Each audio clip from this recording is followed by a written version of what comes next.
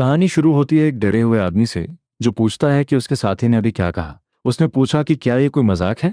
आखिरकार उन्होंने वो टीम एक साथ शुरू की थी और आखिरकार रैंक एस तक पहुंच गए थे। इसलिए अगर वो समझ नहीं पा रहा था कि ये सब क्यों हो रहा है, तो उसे घूरते हुए उसके साथी ने कहा कि शायद उसे समझ नहीं आया, इसलिए वो एक बार और कहेगा। इसके साथ वो पागल आदमी चिल्लाया, उसे इकोमा इचिनोस बुलाते हुए उसे सदमे में छोड़कर उन्होंने कहा कि वो उसे ग्लोरियस स्वॉर्ड टीम से बाहर निकालना चाहते हैं। 15 साल पहले उस इवेंट के दुनिया भर में पोर्टल्स दिखाई देने लगे।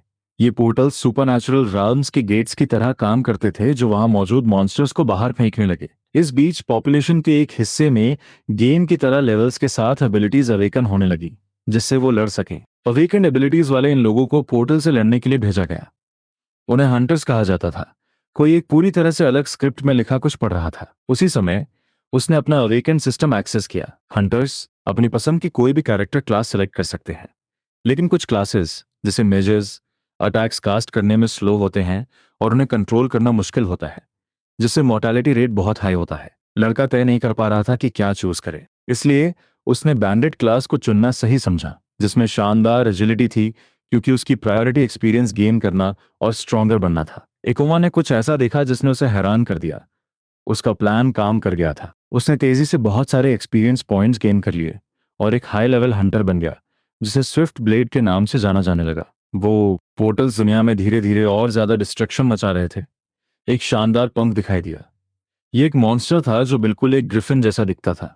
उसने अपने देश और दुनिया की सेफ्टी के लिए फ्रंट लाइंस पर लड़ना शुरू किया और उसे सच में लगता था कि यह हमेशा ऐसा ही रहेगा। उसके नेता ने कहा कि वो उसके साथी को ग्रुप से बाहर निकालना चाहते हैं। ये सुनकर सदमे में एकोमा ने पूछा क्यों, लेकिन वो आदमी पहले अपना पेशेंस खो चुका था और उसने पूछा कि क्या उसे सच में नहीं पता। उसने कहा कि प्रोटैगनिस्ट को पता था। प्रोटैगनिस्ट ने बहस करने की कोशिश की, ये कहते हुए कि वो अपनी खामियों को समझता है, फिर भी उसने टीम में कंट्रीब्यूट करने के लिए अपनी जान दांव पर लगा दी थी। उस आदमी ने कहा कि इसके अलावा कोई भी मॉन्स्टर्स को उसकी तरह कंफ्यूज और पॉइजन नहीं कर सकता था। वो एक पल के लिए एक दूसरे को घूरते हैं, लेकिन नेता ने कहा कि कम से कम वो निराश नहीं लग रहा था और प्रोटैगनिस्ट को आगे बढ़ने के लिए कहा। एकोमा ने पूछा कि उसका क्या मतलब था। उसके साथी ने बस एक हल्की सी स्माइल दी। उसके पास से गुजरते हुए उस आदमी ने कहा कि चाहे जो भी हो वो टीम से बाहर है। इसके साथ वो चला गया जबकि प्रोटैगनिस्ट सुन खड़ा रह गया। इकोमा बिना हिले डुले खड़ा था। उसे समझ नहीं आ रहा था कि क्या हुआ है। थोड़ी देर बाद एक ऐसी जगह जहां कई खाली बोतलें बिखरी पड़ी थीं, बहुत सारा कचरा और सिगरेट्स उस गंध का हिस्सा थे। वो पूरी तरह से आंसू में डूबा था, जमीन पर बैठा हुआ और एक हाथ में लाइटर पकड़े हुए। बगल में देखते हुए उसने कुछ नोटिस किया और उसे लगा कि एक हंटर होना उसके लिए सब कुछ था। बिना कोई रिकग्निशन मिले भी उसने हमेशा सोचा था कि उसके सभी एफर्ट्स की वैल्यू की जाएगी। उसने अपनी सिगरेट से राख को गिरने दिया, ये कहते हुए कि ये उन सारे सैक्रिफाइस के लिए उसका रिवॉर्ड था। उसे ये भी याद आया कि वो कभी भी उतना अच्छा नहीं था, इसीलिए उसने अपने पैसों से सप्लाईज खरीदे और इक्विपमेंट में इन्वेस्ट किया। उसकी वजह से उसके पास एक पाई भी नहीं बची थी। उसने अपनी रैंक एस क्लासिफिकेशन खो दी थी और अब वो हाई लेवल पोर्टल्स में एंटर भी नहीं कर सकता था। प्रोटैगनिस्ट ने अपने फोन पर एक नोटिफिकेशन देखा जिसमें लिखा था कि ग्लोरियस स्वॉर्ड टीम चाइना में अपने एक्सपेडिशन में सक्सेसफुल रही है। वो आखिरकार पैलेस ऑफ टॉटी को क्लियर करने में कामयाब हो गए थे। एक ऐसा पोर्टल जिसे कॉन्कर करना हर किसी के हिसाब से इम्पॉसिबल था। सब जश्न मना रहे थे, इस बात से बेहद खुश थे। दूसरी ओर प्रोटैगनिस्ट शून्य था, बस उस न्यूज को घूर रहा था। उसने इवेंट के बारे में डिस्कस कर रहे चैट को ऑब्जर्व किया। कुछ लोगों ने पूछा कि इकोमा कहाँ था, जबकि दूसरों ने कहा कि उसे निकाल दिया गया है क्योंकि वो बस एक डेड वेट था। उन कमेंट्स को देखकर वो आदमी बेहद इरिटेट हो गया और उसने अपना फोन दीवार पर दे मारा। उसने खुद से सवाल किया कि उसने बैंडेड बनना क्यों चूज किया। उसने माना कि अगर वो अपने सारे इक्विपमेंट बेच दे तो उसके पास सर्वाइव करने के लिए काफी पैसा होगा। हालांकि ये इतना सिंपल नहीं था। उन पलों को याद करते हुए जब वो अपनी टीम के साथ था, वो रोते हुए जोर से चिल्लाने लगा, ये कहते हुए कि उसने उनके लिए अपना सब कुछ सैक्रिफाइस कर दिया था। जमीन पर गिरते हुए उसे एहसास हुआ कि अब उसके पास कुछ नहीं बचा है। अचानक उसके फोन से एक अलर्ट आवाज आई। उसे देखकर प्रोटैगनिस्ट बहुत सरप्राइज हुआ। उसमें लिखा था कि टोक्यो के मोरिमा डिस्ट्रिक्ट में एक एस रैंक मॉन्स्टर आ गया है और सभी को एक सेफ लोकेशन पर इवैक्यूएट करने की चेतावनी दी गई। इस बात ने उस लड़के को बेहद नर्वस कर दिया। आखिरकार ग्लोरियस स्वॉर्ड टीम देश से बाहर थी और उस एरिया में कोई भी ऐसे हंटर्स नहीं थे जो इतने हाई लेवल के मॉन्स्टर को हरा सके। वो खुद भी अलग नहीं था, वो अकेले कुछ नहीं कर सकता था। लेकिन उसकी नजरें उसके इक्विपमेंट की तरफ गईं। अभी भी थोड़ा डरा हुआ उसे एहसास हुआ कि शायद वो कुछ ट्राई कर सकता है। एक विशाल मॉन्स्टर जो ऐसा लग रहा था मानो उसने आर्मर पहन रखा हो, आसमान में उड़ रहा था। प्रोटैगनिस्ट उसके खिलाफ लड़ रहा था और कह रहा था कि किस्मत से उसने अभी तक अपने इक्विपमेंट नहीं बेचे थे। वो मॉन्स्टर क्रोनोस था, स्पेस टाइम ड्रैगन, जो उसकी सोच से कहीं ज्यादा खतरनाक था। इकोमा ने खुद को तसल्ली दी कि कम से कम एक हंटर के तौर पर उसके करियर का ये एक शानदार अंत होगा। भले ही वो डरा हुआ था, उसने डिक्लेयर किया कि उन्हें अपनी आखिरी बैटल शुरू करनी चाहिए। इसके साथ उस ड्रैगन ने एक भयानक दहाड़ लगाई, जिससे पत्थरों के कई टुकड़े हवा में उड़ गए। तेजी से आगे बढ़ते हुए प्रोटैगनिस्ट ने खुद को याद दिलाया कि वो एक हंटर है और उसे टाइम खरीदना है ताकि लोग इवैक्यूएट कर सकें और दूसरे एस रैंक हंटर्स के आने का वेट कर सकें। इसलिए उसने मॉन्स्टर पर अटैक करने के लिए छलांग लगाई। क्रोनोस ने भी स्ट्राइक करने की तैयारी करते हुए अपने दुश्मन की ओर चार्ज किया। शॉक में प्रोटैगनिस्ट ने नोटिस किया कि उसका ओपोनेंट कितनी इनक्रेडिबल स्पीड से आ रहा था। उसका डैगर बीच से टूट गया था। उसने तुरंत उस अटैक को डॉज करने की कोशिश की। बहुत मुश्किल से वो खुद को बचाने में कामयाब रहा। हालांकि उसके पीछे एक भयानक एक्सप्लोजन हुआ। उसने खौफ में उस पूरी पावर को देखा। उस ड्रैगन ने उस लाचार इंसान को घूरते हुए एक और दहाड़ लगाई। इकोमा को एहसास हो गया था कि अगर वो थोड़ा भी करीब गया तो वो मारा जाएगा। इसलिए उसने अपना डबल ब्लेडेड साइथ हाइड्रा यूज किया। हालांकि इससे उसके ओपोनेंट को एक पॉइंट का डैमेज भी नहीं हुआ। और ज्यादा नर्वस होते हुए प्रोटैगनिस्ट को समझ आ गया कि वो मॉन्स्टर पॉइजन से इम्यून है। अचानक क्रोनोस ने अपने पंजों से एक और अटैक लॉन्च किया। अपनी स्पीड की वजह से इकोमा उसे डॉज करने में कामयाब रहा। हालांकि इसमें काफी मुश्किल हुई। उसने खुद से कबूल किया कि वो इस तरह नहीं जीत सकता। आखिरकार वो तो कब का मर चुका होता अगर वो एक बैंडेड क्लास फाइटर ना होता। फिर भी वो बुरी तरह फंस चुका था और भागने का कोई रास्ता नहीं था। यही उसका इकलौता चांस था। उसने एक रस्सी पकड़ी जिसके सिरे पर एक ब्लेड था और उसे घुमाना शुरू किया। फिर उसने उसे अपने दुश्मन पर लॉन्च कर दिया। ये एक क्लेप्टो क्लॉ था जिसका यूज टारगेट से आइटम्स चुराने के लिए किया जाता था। उसे उम्मीद थी कि मॉन्स्टर के पास कुछ यूजफुल होगा, कुछ ऐसा जो उसे पलटकर लड़ने का चांस दे सके। उसकी आंखें चौंक उठीं जब वो विशाल पंजे सीधे उसकी तरफ आए। वो स्ट्राइक इतनी तेज और पावरफुल थी कि उसने उसके सारे इक्विपमेंट पूरी तरह से डिस्ट्रॉय कर दिए। घायल होने के बावजूद प्रोटैगनिस्ट हंसा, ये कहते हुए कि शायद बस यहीं तक था। मलबे के बीच लेटे हुए, खून से लथपथ, वो सोचने लगा कि क्या सच में ये उसका अंत है। दर्द से उसकी विजन ब्लर हो गई थी। वो मुश्किल से कुछ देख पा रहा था और इतने सारे लोगों को बचाने में एक पूरी जिंदगी बिताने के बाद उसके लिए ये सब ऐसे खत्म होने वाला था। उसने काश कहा कि उसे एक बार फिर से स्टार्ट करने का चांस मिलता। उसने अपने हाथ में कुछ नोटिस किया और खुद से पूछा कि ये क्या है। उसे एहसास हुआ कि क्लेप्टो क्लॉ ने कुछ चुरा लिया था। उसे एक एपिक आइटम मिला था, डिवाइन पॉकेट वॉच, जो 10 साल पीछे जाने की एक वन टाइम अपॉर्चुनिटी देता था पास्ट में। वो पूरी तरह हैरान था। सोच रहा था कि क्या वो सच में 10 साल पीछे वापस जा सकता है। अभी भी दर्द से तड़पते हुए प्रोटैगनिस्ट ने खुद पर शक किया कि क्या ये सच में काम करेगा। ये नोटिस करते हुए कि वो ड्रैगन फिर से उसकी तरफ आ रहा है, इकोमा पूरी तरह होपलेस खड़ा रहा। जब उसने उस अटैक को आते देखा, ये क्लियर करते हुए कि ये इन सब चीजों के बारे में सोचने का टाइम नहीं है। अपनी आखिरी ताकत का यूज करते हुए उसने उस वॉच को कसकर पकड़ लिया और चिल्लाया, ये कहते हुए कि वो पास्ट में वापस जाना चाहता है। मॉन्स्टर का विशाल पंजा उसकी बॉडी के बेहद करीब था। उसके पंजों में से एक आखिरकार उसके सीने के आर पार हो गया और उसने महसूस किया कि उसकी कॉन्शियसनेस जा रही है। अचानक उसने तेज आवाजें सुनी और सोचने लगा कि क्या हो रहा है। अपनी आंखें खोलते हुए प्रोटैगनिस्ट को एहसास हुआ कि वो अपने बेड के बगल में जमीन पर लेटा हुआ है। उसके हाथ में एक अलार्म क्लॉक थी जो दिखा रही थी कि ये साल 2030 है, फ्राइडे का दिन और सुबह के 8 बजे बज रहे हैं। थोड़ा एंग्शियस फील करते हुए इकोमा बड़बड़ाया, ये सोचते हुए कि क्या वो कोई सपना देख रहा है। फिर उसने अपनी खिड़की के पर्दे हटाए। वो फॉर्मर एस रैंक हंटर ये देखकर सन्न रह गया। अपने फोन को देखते हुए उसे एहसास हुआ कि ये 10 साल पहले का कैलेंडर डिस्प्ले कर रहा है और उसे वो डिवाइन वॉच याद आई। इसलिए उसने तेजी से अपनी स्टेटस विंडो ओपन की। शॉक में उसने देखा कि उसकी क्लास अभी तक डिफाइन नहीं हुई है, जिसका मतलब था कि वो सच में पास्ट में लौट आया है। प्रोटैगनिस्ट ने एक हल्की सी स्माइल दी, ये एहसास करते हुए कि अब उसके पास चीजों को अलग तरीके से करने का चांस है। इसी सोच के साथ उसने डिक्लेयर किया कि वो हर दौर का सबसे स्ट्रॉन्गेस्ट हंटर बनेगा। एक आदमी ने बताया कि लोग कह रहे हैं कि वहां मौतें हुई हैं, ये वार्निंग देते हुए कि उन्हें पोर्टल्स में सर्विस एंट्री रेस्ट्रिक्ट कर देनी चाहिए। प्रोटैगनिस्ट ब्रश करते हुए ये वीडियो देख रहा था। एक और उम्रदराज आदमी ने कहा कि हर साल मॉन्स्टर्स की गिनती और स्ट्रेंथ बढ़ रही है और पावरलेस लोगों को भेजने का रिजल्ट सिर्फ और ज्यादा मौतें होंगी। एक और ने कंफर्म किया कि उस वॉच ने सच में उसे टाइम में 10 साल पीछे भेज दिया है। उसने कहा कि एक टाइम के बाद लोगों ने इस इशू पर डिबेट करना बंद कर दिया था। आखिरकार ये साफ हो गया था कि सबको खुद को प्रोटेक्ट करना सीखना ही होगा। फ्यूचर में क्या होने वाला है ये जानना उसके लिए। पास ही में कुछ गॉब्लिन से लड़ रहा था। वो उम्रदराज आदमी हंसा, ये कहते हुए कि वो बिल्कुल सही टाइम पर पहुंच गया है, और उसने पूछा कि क्या प्रोटैगनिस्ट ठीक है। लेकिन मन ही मन इकोमा ने खुद से पूछा कि वो आदमी कौन है। उस आदमी ने उसे बताया कि वो बच्चा अकेले इस पोर्टल को क्लियर नहीं कर पाता, ये एक्सप्लेन करते हुए कि गॉब्लिन्स कमजोर होते हैं, लेकिन जब वो टीम बना लें तो खतरनाक हो सकते हैं।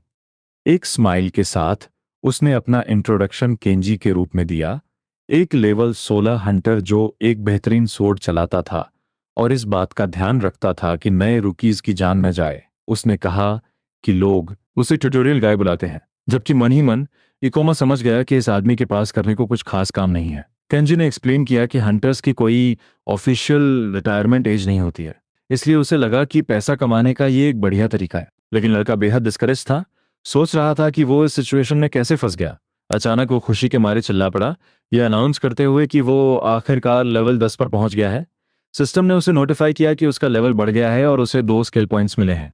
वो पागल आदमी प्रोटैगनिस्ट की पीठ थपथपाने लगा, उसे आखिरकार लेवल 10 पर पहुंचने के लिए कॉन्ग्रेचुलेट करते हुए। जहां इकोमा ने उसे थैंक यू कहा, केंजी ने आगे कहा कि अगर वो ऐसे चलता रहा तो फेमस भी हो सकता है। इसी बीच लड़के ने मन ही मन सोचा कि वो एस रैंक तक पहुंच सकता है। उस आदमी ने कहा कि जल्द ही इकोमा अपनी क्लास सेलेक्ट कर पाएगा और अगर जरूरत पड़ी तो वो उसकी हेल्प मांग सकता है।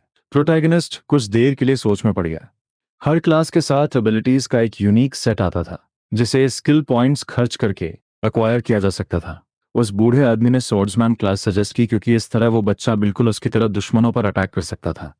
लेकिन इकोमा की एजिलिटी को देखते हुए बैंडिट क्लास भी एकदम परफेक्ट फिट बैठती। हालांकि वो हैरान रह गया जब उसने नोटिस किया कि लड़के ने अभी तक कोई क्लास चूज नहीं की है। केंजी ने पूछा कि क्या उसे नहीं पता कि स्किल पॉइंट्स कैसे यूज करते हैं। उसने पूछा कि क्या किसी ने उस बच्चे को मैंडेटरी स्किल्स, लाइट स्टेप्स और फोर्टिट्यूड के साथ स्टार्ट करने के लिए नहीं कहा था।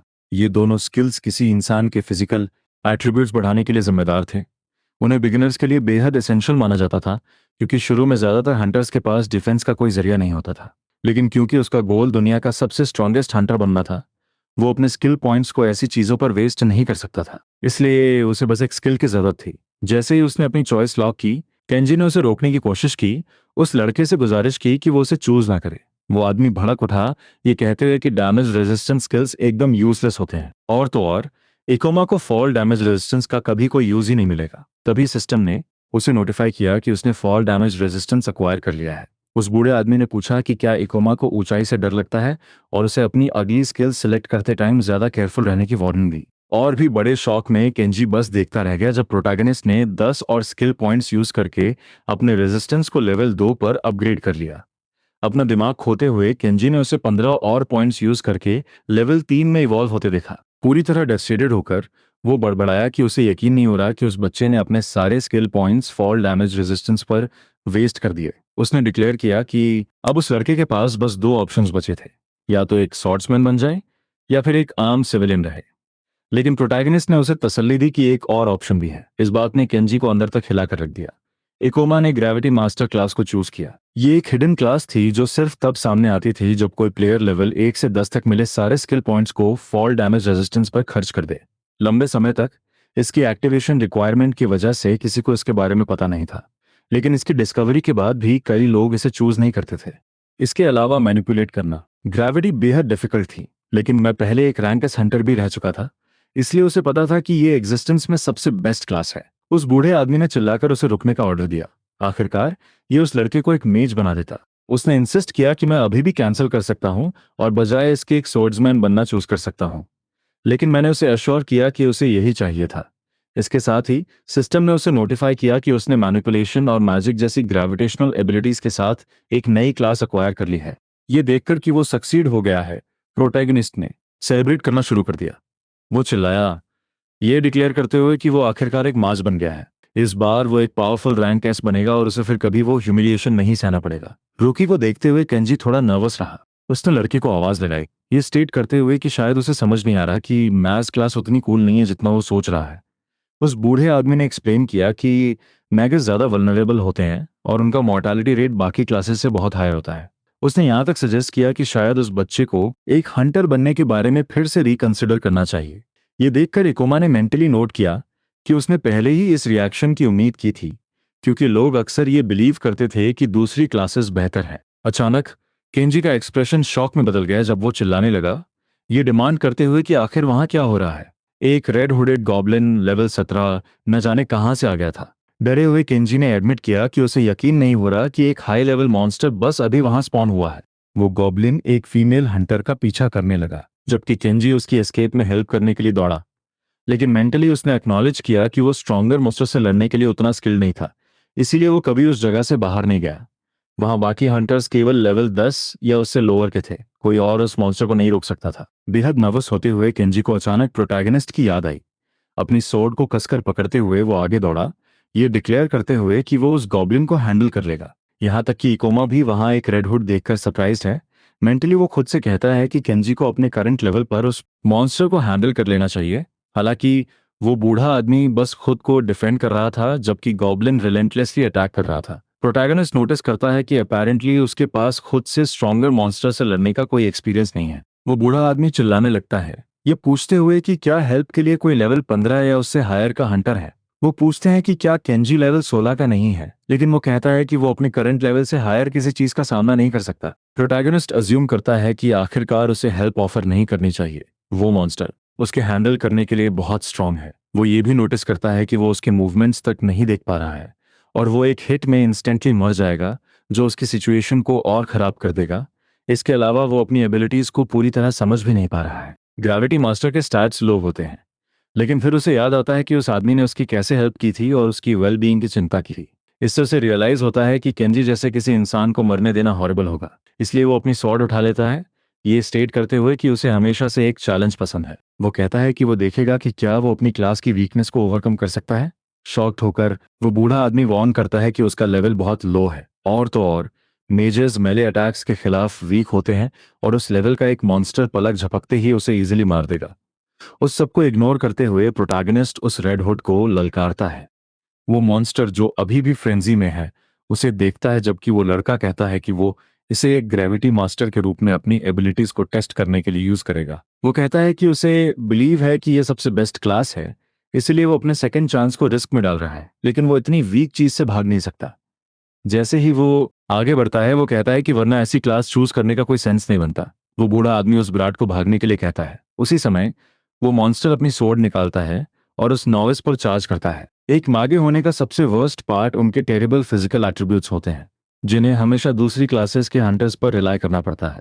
लेकिन वो डिफरेंट है क्योंकि एक ग्रेविटी मास्टर के रूप में वो मैनिपुलेशन के थ्रू टेम्पररी अपने एट्रीब्यूट्स को एनहांस कर सकता है। इस तरह वो ग्रेविटी को हाफ करने के लिए मैनिपुलेशन का यूज करता है। इसके साथ वो क्विकली अपने ओपोनेंट के अटैक को डॉज कर लेता है। यहाँ तक कि केंजी भी सरप्राइज है और पूछता है कि वो इतना फास्ट कैसे हो गया। मेंटली इयान एक्सप्लेन करता है कि ये एबिलिटी ग्रेविटी को हाफ करके कैस्टर की मूवमेंट स्पीड को बढ़ा देती है। हालांकि वो केवल लीनियर मूवमेंट्स ही कर सकता है, लेकिन ये तब तक फाइन है जब तक वो एनिमी की मूवमेंट्स को प्रिडिक्ट कर सकता है। वो मॉन्स्टर उस पर फिर से अटैक करता है, लेकिन वो एक बार फिर डॉज करने में मैनेज कर लेता है। वो स्टेट करता है कि उसने एक रोग के रूप में अपनी स्पीड के सिवा कुछ और यूज किए बिना एक साथ थाउजेंड्स मॉन्स्टर्स से फाइट की है। रेड हुड को एक स्लैश रिसीव करने के बाद कॉन्सिक्वेंसेस फील होते हैं। वो बूढ़ा आदमी लगातार पूछता रहता है कि एक लो लेवल में जितनी क्विक स्ट्राइक्स कैसे डिलीवर कर सकता है। माना मैनेजमेंट और खुद क्लास के अंडरस्टैंडिंग के साथ कई ग्रेविटी मास्टर्स अपने फिजिकल एट्रीब्यूट्स को इक्वलाइज करने में कामयाब रहे हैं। प्रोटैगनिस्ट कहता है कि low level monsters simple patterns को रिकॉग्नाइज करते हैं, जिससे उनसे लड़ना ईजी हो जाता है। उसे बस अपनी स्पीड बढ़ानी है। वो बूढ़ा आदमी इकोमा से पूछता है कि ये कैसे पॉसिबल है। सरप्राइज्ड होकर वो ब्रैट उस बूढ़े आदमी पर चिल्लाता है, उसे गॉब्लिन को फिनिश ऑफ करने के लिए कहता है। इसके साथ केंजी अपने हाथ में सोर्ड लिए दौड़ता है। वो लड़का मॉन्स्टर को घूरता रहता है, जबकि वो उस बूढ़े आदमी को देखता है जो उस पर स्ट्राइक करने के लिए आगे बढ़ रहा है। एक स्माइल के साथ इकोमा उस क्रीचर से पूछता है कि उसकी हिम्मत कैसे हुई उसकी तरफ पीठ करने की। इस तरह प्रोटैगनिस्ट ग्रेविटी मैजिक का यूज करता है, जिससे वो अपनी जगह पर स्टक हो जाता है। गॉब्लिन पूरी तरह से पैरालाइज्ड हो जाता है, जबकि वो कुछ सुनता है। उसके ऊपर वो बूढ़ा आदमी फाइनल ब्लो लैंड करने की तैयारी कर रहा है। इसके साथ वो स्ट्राइक डिलीवर करता है, जिससे प्रोटैगनिस्ट का लेवल ट्वाइस अप हो जाता है। गॉब्लिन के कॉर्प्स को देखकर इकोमा रियलाइज करता है कि ये सच में काम कर गया। कुछ रिलीफ के साथ वो कहता है कि इस फाइट ने प्रूव कर दिया कि वो हर टाइम का सबसे पावरफुल हंटर बन सकता है। आसपास के लोग नोटिस करते हैं कि वो हंटर नया है, फिर भी उसने रेड हुड को हराने में बहुत ईज दिखाई। मेंटली केंजी रियलाइज करता है कि इकोमा एक लो लेवल हंटर होने के बावजूद मॉन्स्टर की स्पीड को सरपास करने में मैनेज कर गया। लड़के को ऑब्जर्व करते हुए वो ये देखकर सन्न रह जाता है कि उस ब्रैड को अभी तक रियलाइज भी नहीं हुआ है कि उसने अभी अभी क्या किया है। अभी भी थोड़ा शेकिन, वो कहता है कि उस नोविस में एक अबव एवरेज टैलेंट है, ये वंडर करते हुए कि आखिर इकोमा असल में है कौन। अचानक प्रोटैगनिस्ट को एक शार्प पेन फील होता है। वो बहुत हेविली एक पत्थर का सहारा लेता है, ये नोटिस करते हुए कि उसने अपना सारा माना यूज कर लिया है। ये भी रियलाइज करते हुए कि उसे स्किल्स यूज करने की अपनी एबिलिटी को डेवलप करने पर थोड़ा और वर्क करना होगा। दूसरी तरफ वो बूढ़ा आदमी ये देखकर जेन्युइनली हैप्पी लग रहा था कि वो जिंदा है। वो आदमी उसके पास आता है और हेल्प के लिए उसे थैंक यू कहता है, ये पूछते हुए कि क्या वो उसकी पीठ पर कैरी होना चाहेगा। इकोमा कहता है कि ये काफी एम्बैरेसिंग है, लेकिन उसे ये एक्सेप्ट करना ही होगा। वहां बहुत सारे लोग पोर्टल के अंदर थे, लेकिन केवल प्रोटैगनिस्ट, जो बस कुछ ही दिन पहले हंटर बना था, हेल्प के लिए आगे आया। मेंटली वो बूढ़ा आदमी उसे थैंक यू कहना जारी रखता है, ये स्टेट करते हुए कि उसने उसे वो करेज ढूंढने में हेल्प की जिसकी उसे जरूरत थी। उसने डर को खुद पर कंट्रोल करने दिया था, इसीलिए वो केवल अपने लेवल से नीचे के मॉन्स्टर्स का हंट करता था। लेकिन अब ट्यूटोरियल गाय बने रहने का टाइम खत्म हो गया है। इस तरह वो एक विक्टर की तरह चलने का डिसाइड करता है। मीनवाइल केंजी कहता है कि उस हीरो के बर्थ को विटनेस करना एक ऑनर था। प्रोटैगनिस्ट को एक बार फिर थैंक यू कहते हुए उस पोर्टल ने प्रूव कर दिया कि वो एक ग्रेविटी मास्टर के रूप में क्या कर सकता था। अब उसका गोल लेवल अप करना है। हालांकि अकेले फाइट करना इनएफिशिएंट होगा और इसमें इन्वॉल्व रिस्क्स की तो बात ही छोड़िए, जिससे किसी ऐसे इंसान का होना नेसेसरी हो जाता है जिस पर वो रिलाई कर सके। एक अटेंडेंट कहती है कि उसने ग्रेविटी से रिलेटेड किसी क्लास के बारे में कभी नहीं सुना। वो पूछती है कि क्या वो लड़का इतने लो स्टैट्स के साथ सच में हंटर बन सकता है, लेकिन एकोमा सब्जेक्ट चेंज कर देता है और पूछता है कि क्या कोई ऐसा है जो टीम बनाने के लिए मेंबर्स ढूंढ रहा हो। वो औरत हाँ कहती है और उसे इन्फॉर्म करती है कि एक टीम है जो क्लास या लेवल के रिगार्डलेस किसी को भी एक्सेप्ट कर लेती है। वो लड़का पूछता है कि क्या वो उसे उस पर्सन से इंट्रोड्यूस करा सकती है। थोड़ी नर्वस होते हुए वो कहती है कि चूंकि उसकी क्लास मैच है और उसके एट्रीब्यूट्स भी बहुत लो हैं, तो शायद वो रिजेक्ट हो जाए। वो रिप्लाई करता है कि कई रेयर क्लासेस मैनेज करने में डिफिकल्ट होती हैं, इसलिए उसे उम्मीद थी कि लोगों को उसे एक्सेप्ट करने में ट्रबल होगी। प्रोटैगनिस्ट उससे उनके कॉन्टैक्ट्स मांगता है ताकि वो इस प्रॉब्लम को सॉल्व करने की ट्राई कर सके। एक आदमी प्रकट होता है, ये कहते हुए कि वो लड़का उस अटेंडेंट के लिए बहुत ज्यादा ट्रबल क्रिएट कर रहा है, उसे बस गिव अप करके चले जाने को कहता है। एकोमा पूछता है कि वो कौन है। वो पागल आदमी कहता है कि अपेरेंटली वो लड़का काफी फनी है, ये क्लेम करते हुए कि वो उसे जरूर जानता होगा।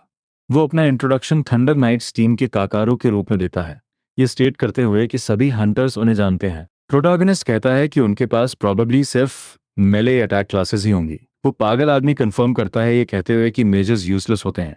वो क्लेम करता है कि वो कावर्ड्स का एक झुंड है जो एक मॉन्स्टर के करीब तक नहीं जा सकते, इस वजह से ये लोग हंटर्स बनने डिजर्व नहीं करते। तो काकारो कहता है कि उस लड़के को कोई क्लास चूज करने से पहले अपनी रिसर्च कर लेनी चाहिए थी। इसके अलावा उस ब्रैड के एट्रीब्यूट्स टेरेबल हैं और रेयर क्लासेस की रेपुटेशन को खराब करते हुए देखकर उसे ऑफेंडेड फील होता है। इकोमा पूछता है कि क्या इसका मतलब ये है कि उसके पास भी एक रेयर क्लास है। काकारो कंफर्म करता है और पूछता है कि क्या प्रोटैगनिस्ट देखना चाहता है कि वो क्या कर सकता है। लड़की की तरफ अपनी स्वॉर्ड पॉइंट करते हुए वो उसे अपनी पावर विटनेस करने को कहता है। उसे ऊपर उठाते हुए वो लाइटनिंग समनिंग यूज करता है। उसके बाद वो कहता है कि ये बेस्ट कैरेक्टर क्लास है क्योंकि इसके एट्रीब्यूट्स और स्किल्स इनक्रेडिबल हैं। आसपास के लोग सरप्राइज्ड हैं, ये कहते हुए कि उन्हें नहीं पता था कि ऐसी क्लासेस एग्जिस्ट करती हैं। वो पागल आदमी उनके रिएक्शंस देखते हुए प्राउड फील करता है। अटेंडेंट कहती है कि वहाँ एबिलिटीज का यूज करना प्रोहिबिटेड है, लेकिन काकारू उसे अश्योर करता है कि उसे ऐसा करना पड़ा ताकि उस ब्रैड को समझ में आ सके। एक मॉकिंग लुक के साथ वो कहता है कि ये उसका बिजनेस नहीं है, लेकिन इंसिस्ट करता है कि एक टीम ज्वाइन करने की चाहत रखना प्रोटैगनिस्ट का बहुत एरोगेंट नेचर है। जब वो आदमी ब्रैगिंग करना जारी रखता है, प्रोटैगनिस्ट इस फैक्ट में इंटरेस्टेड हो जाता है कि वो एक थंडर नाइट है। ये क्लास एक गुड अमाउंट का डैमेज डील कर सकती है, लेकिन इसके मूवमेंट्स सिंपल होते हैं और कॉम्प्लेक्स बैटल्स के लिए अनसुटेबल होते हैं। इसलिए जब वो फास्ट या इलेक्ट्रिक अटैक से इम्यून मॉन्स्टर्स को फेस करेगा तो जल्द ही बड़ी ट्रबल में फंस जाएगा। मीनवाइल कई लोग कहते हैं कि मैगी क्लासेस यूजलेस होती हैं और ये सारा कमोशन बस इसलिए है क्योंकि वो लड़का एक टीम ज्वाइन करना चाहता है। दूसरी तरफ कुछ और लोग काकारो की थंडर क्लास के लिए उसे एडमायर और एनवी करते हैं। इकोमा स्टेट करता है कि उस टाइम पोर्टल्स एक रिलेटिवली न्यू फिनोमिनन थे, इसलिए ये ज्यादा सरप्राइजिंग नहीं है। वो रिमार्क करता है कि वो लगभग भूल ही गया था कि पास्ट में मेजर्स को कैसे ट्रीट किया जाता था। लोगों ने हमेशा सोचा कि एट्रीब्यूट पॉइंट्स और एक्स्ट्रॉर्डिनरी एबिलिटीज ही सब कुछ हैं। इसलिए शायद उसे अकेले ही फाइट करनी पड़े। अटेंडेंट ककारू को आवाज लगाती है, ये कहते हुए कि उसे ऐसी बातें कहने की जरूरत नहीं थी। प्रोटैगनिस्ट उसे थैंक यू कहता है, ये कहते हुए कि उसे नहीं पूछना चाहिए था, और स्टेट करता है कि अभी के लिए वो अकेला ही रहेगा। वो पागल आदमी कहता है कि शायद उसे एक हंटर बनने के अपने पूरे आइडिया पर रिकंसिडर करना चाहिए, उसे अश्योर करते हुए कि वो बाहर उसका कॉप्स नहीं ढूंढना चाहता। जैसे ही वो जाता है, इकोमा उसे एडवाइस के लिए थैंक यू कहता है। काकरू उसे दूर जाते हुए घूरता रहता है। हंटर गिल्ड के आर्काइव रूम में इकोमा एक बुक पढ़ता है और कहता है कि लोगों का ट्रस्ट अर्न करने में बहुत टाइम लगेगा, मतलब वो टेम्पररी टीम्स ज्वाइन नहीं कर पाएगा। इसलिए उसे किसी ऐसे इंसान को ढूंढने की जरूरत है जिस पर वो लॉन्ग रन में रिलाई कर सके, या कोई ऐसा जिसकी क्लास का उसके साथ गुड सिनर्जी हो। लेकिन ऐसा करने से पहले उसे लेवल अप करना होगा और कुछ रिमार्केबल अचीव करना होगा। उसे रेड हुड को हराने में थोड़ी ईज हुई थी, और उसने डिस्कवर कर लिया कि एक ग्रेविटी यूजर क्या करने में केपेबल है। ये वंडर करते हुए कि क्या उसे खुद से हायर लेवल के मॉन्स्टर्स वाले पोर्टल में खुद को चैलेंज करना चाहिए। वो एक आइडियल पोर्टल ढूंढता है, ये नोटिस करते हुए कि लेवल 25 स्टैचू टेम्पल एक ग्रेट चॉइस लग रहा है। कंट्रोल पोर्टल्स को हंटर गिल्ड मैनेज करती है और वो खुले रहते हैं ताकि हंटर्स एक्सपीरियंस गेन कर सके। उस पोर्टल का सबसे स्ट्रॉन्गेस्ट मॉन्स्टर स्टोन नाइट है, जो उसे लो लेवल हंटर्स के लिए पैसे कमाने की परफेक्ट प्लेस बनाता है। और एक बार जब वो वहां मॉन्स्टर हंट करने में मैनेज कर लेगा, तो शायद कुछ टीम्स उसे एक्सेप्ट करने पर कंसिडर करें। लोग इन पोर्टल्स में एंटर कर सकते हैं भले ही उनका लेवल लोअर हो। वो एंट्रेंस के पास मॉन्स्टर्स हंट करके एक्सपीरियंस गेन कर सकता है। बुक क्लोज करते हुए इकोमा स्टेट करता है कि वो ये कर सकता है, इसलिए वो डिसाइड करता है कि वो स्टैचू टेम्पल में लेवल अप करेगा और टीम मेंबर्स ढूंढना शुरू करेगा। एक डंजन के अंदर एक इंसान सीढ़ियों से नीचे भाग रहा था। इंजर्ड होकर वो डिक्लेयर करता है कि ये रिडिकुलस है क्योंकि इसका कोई सेंस ही नहीं बनता। अचानक वो किसी चीज से टकरा जाता है। वो लड़का जमीन पर गिर जाता है, डर से किसी चीज को देखते हुए चिल्लाता है। इसके साथ एक ह्यूज इम्पैक्ट होता है। खून से लथपथ एक स्टोन मॉन्स्टर शांत खड़ा था। वो अटेंडेंट एस्टॉनिश थी, ये नोटिस करते हुए कि वो बस लेवल 12 का था और फिर भी स्टैचू टेम्पल अकेले जाना चाहता था। लेकिन प्रोटैगनिस्ट कहता है कि रेगुलेशंस में ऐसा कुछ नहीं है जो उसे ऐसा करने से रोके।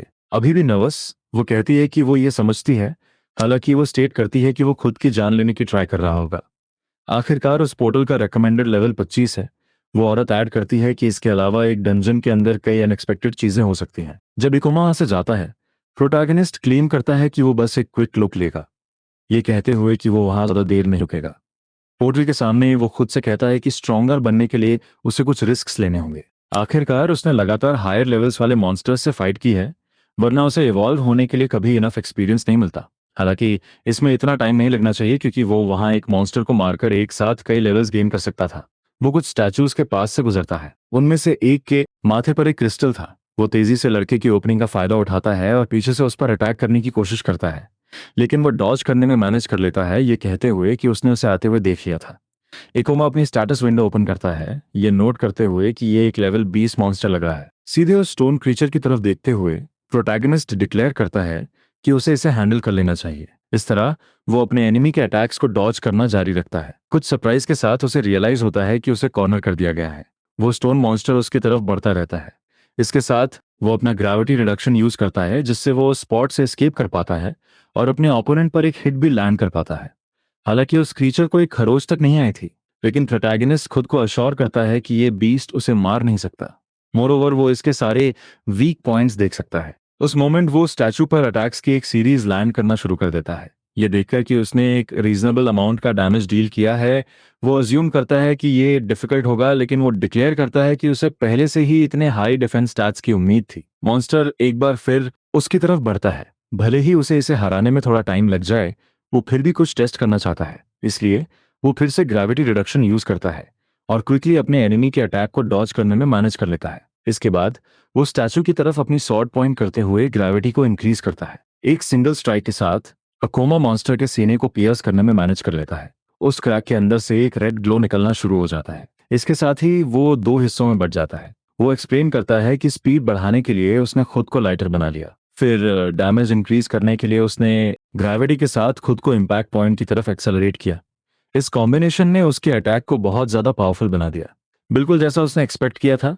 वो एक साथ कई लेवल्स गेन कर लेता है, ये क्लेम करते हुए कि इन्हें इमीडिएटली यूज करना बेस्ट है। अपनी स्टेटस विंडो ओपन करते हुए वो कहता है कि उसके दिमाग में पहले से ही कुछ है, अभी भी सोचते हुए वो कहता है कि वो अपने पॉइंट से सिर्फ एक स्किल अपग्रेड कर सकता है, इसलिए वो ग्रेविटी मैनिपुलेशन के लिए जाने का डिसाइड करता है।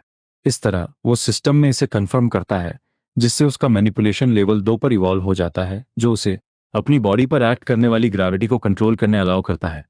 वो इस रिजल्ट से सेटिस्फाइड है, ये रियलाइज करते हुए कि अब वो ग्रेविटी की डायरेक्शन फोर्स कंट्रोल कर सकता है। ये नोट करते हुए कि उसे इसका कोई अच्छा यूज मिल सकता है। लेकिन चाहे जो भी हो, उसके यहाँ आने का रियल रीजन डेमोन स्टोन्स हैं। ये मॉन्स्टर्स के कोर होते हैं, जो इस बात का प्रूफ होंगे कि उसने एक स्टोन नाइट को मारा है। भले ही उन्हें वो मिल गया जिसके लिए वो आया था, उसके पास अभी भी बहुत सारा माना बचा है। इसलिए वो पीछे मुड़कर देखता है और एनिमीज ढूंढते हुए, ये देखकर कि वहां कई और भी थे, वो अपनी नई एबिलिटी टेस्ट करने के लिए कुछ और हंट करने का डिसाइड करता है। अचानक कोई एक लाइटनिंग बोल्ट समन करता है और एक स्टैचू को डिस्ट्रॉय कर देता है। थंडर नाइट्स का ग्रुप उसी पोर्टल में हंटिंग कर रहा था। काकरू के कंपेनियंस में से एक कहता है कि आखिरकार वो इम्प्रेसिव है, उसने सिंगल स्ट्राइक से मॉन्स्टर्स में से एक को हरा दिया। वो लड़की कहती है कि स्टोन नाइट्स में इलेक्ट्रिसिटी के खिलाफ रेजिस्टेंस होता है, लेकिन उसकी स्किल सुपीरियर थी। वो आदमी कहता है कि ये कुछ ज्यादा ही इजी था और पूछता है कि क्या सारे कंट्रोल पोर्टल्स ऐसे ही होते हैं। हंसते हुए वो कहता है कि अब लेवल अप करने में आखिरकार किसी को तो ये कहना ही था। उसका कॉलीग कहता है कि उसका ऐसा कोई इंटेंशन नहीं लग रहा था।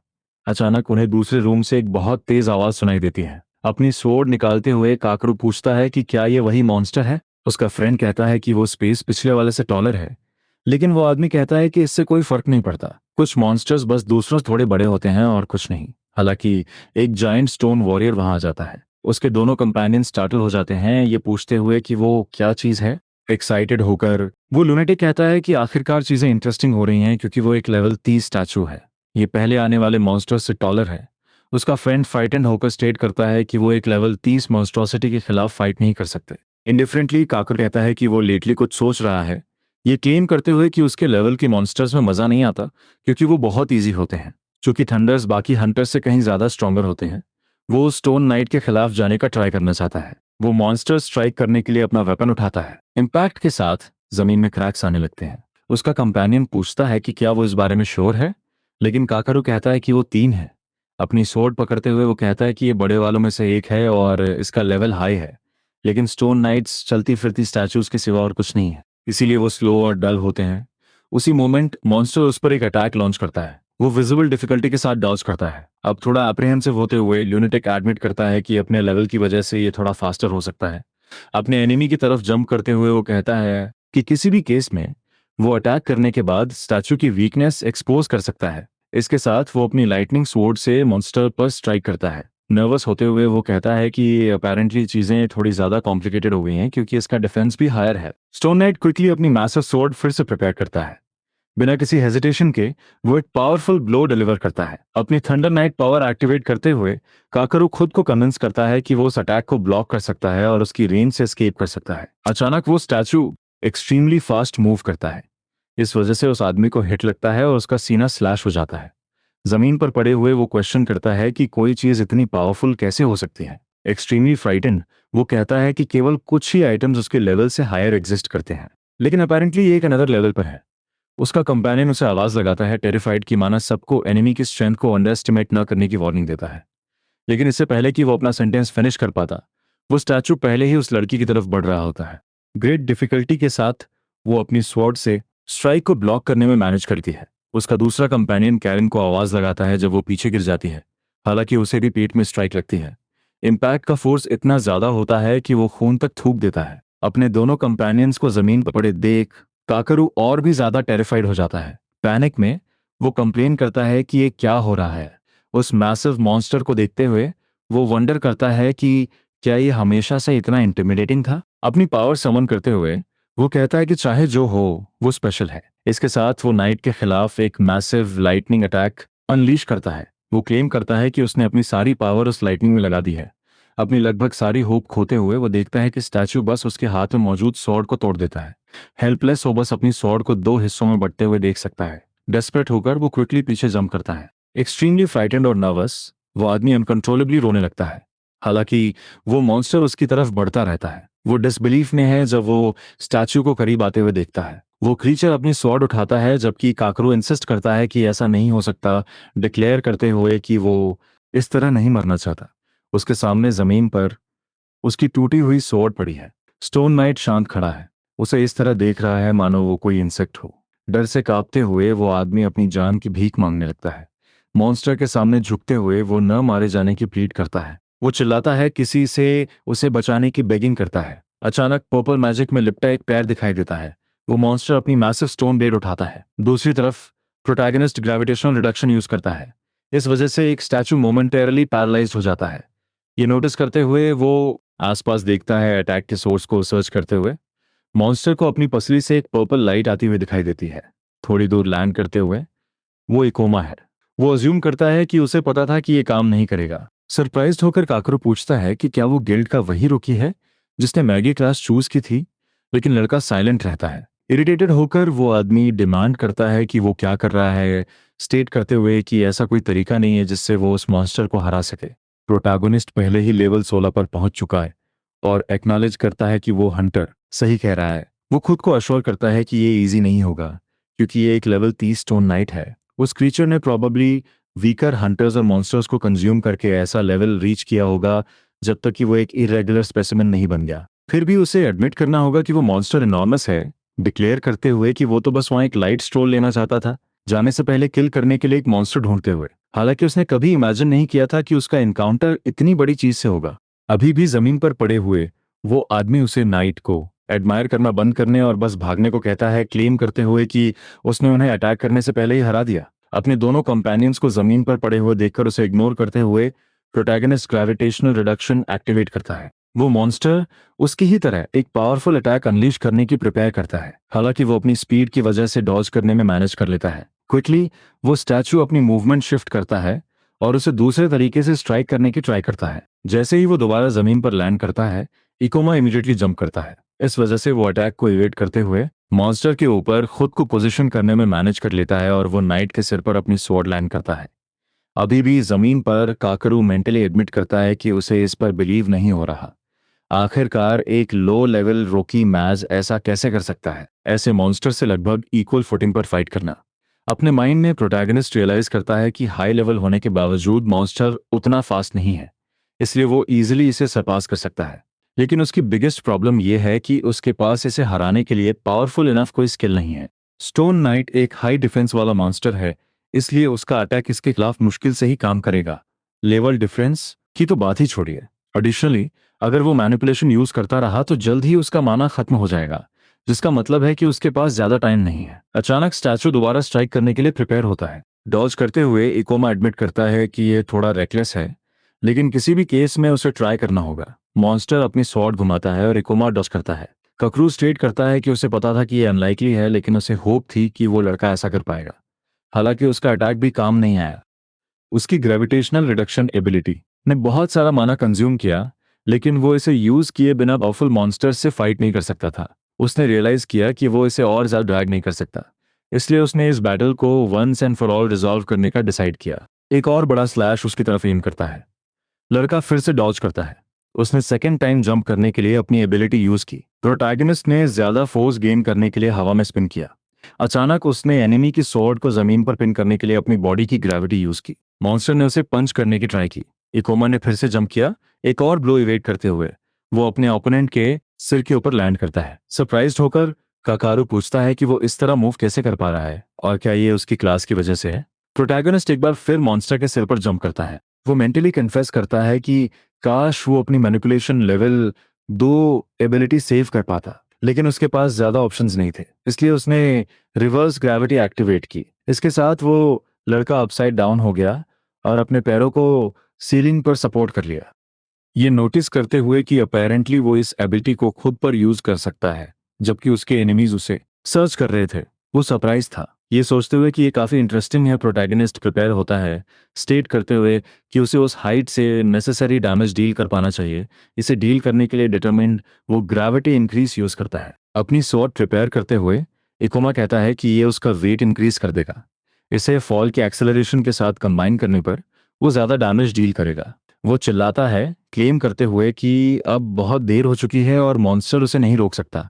उसे पियर्स करते हुए प्रोटैगनिस्ट इस बैटल को एंड करने के लिए मीटियोर फॉल यूज करता है। वो जायंट मॉन्स्टर 2 हिस्सों में बढ़ गया और डिसइंटीग्रेट होने लगा। जैसे ही उसकी बॉडी के फ्रैगमेंट्स गिरे, उसे नोटिफाई किया गया कि उसने 524 एक्सपीरियंस पॉइंट्स गेन कर लिए हैं। वो लेवल 16 से 23 पर लेवल अप हो गया, साथ ही 14 एडिशनल स्किल पॉइंट्स भी मिले। सेटिस्फाइड, वो देखता है कि उसका प्लान काम कर गया। आखिरकार उसने एक ऐसे मॉन्स्टर को मारा था जिसका लेवल उससे लगभग ट्वाइस था, इसीलिए उसने एक साथ इतने सारे लेवल्स गेन किए।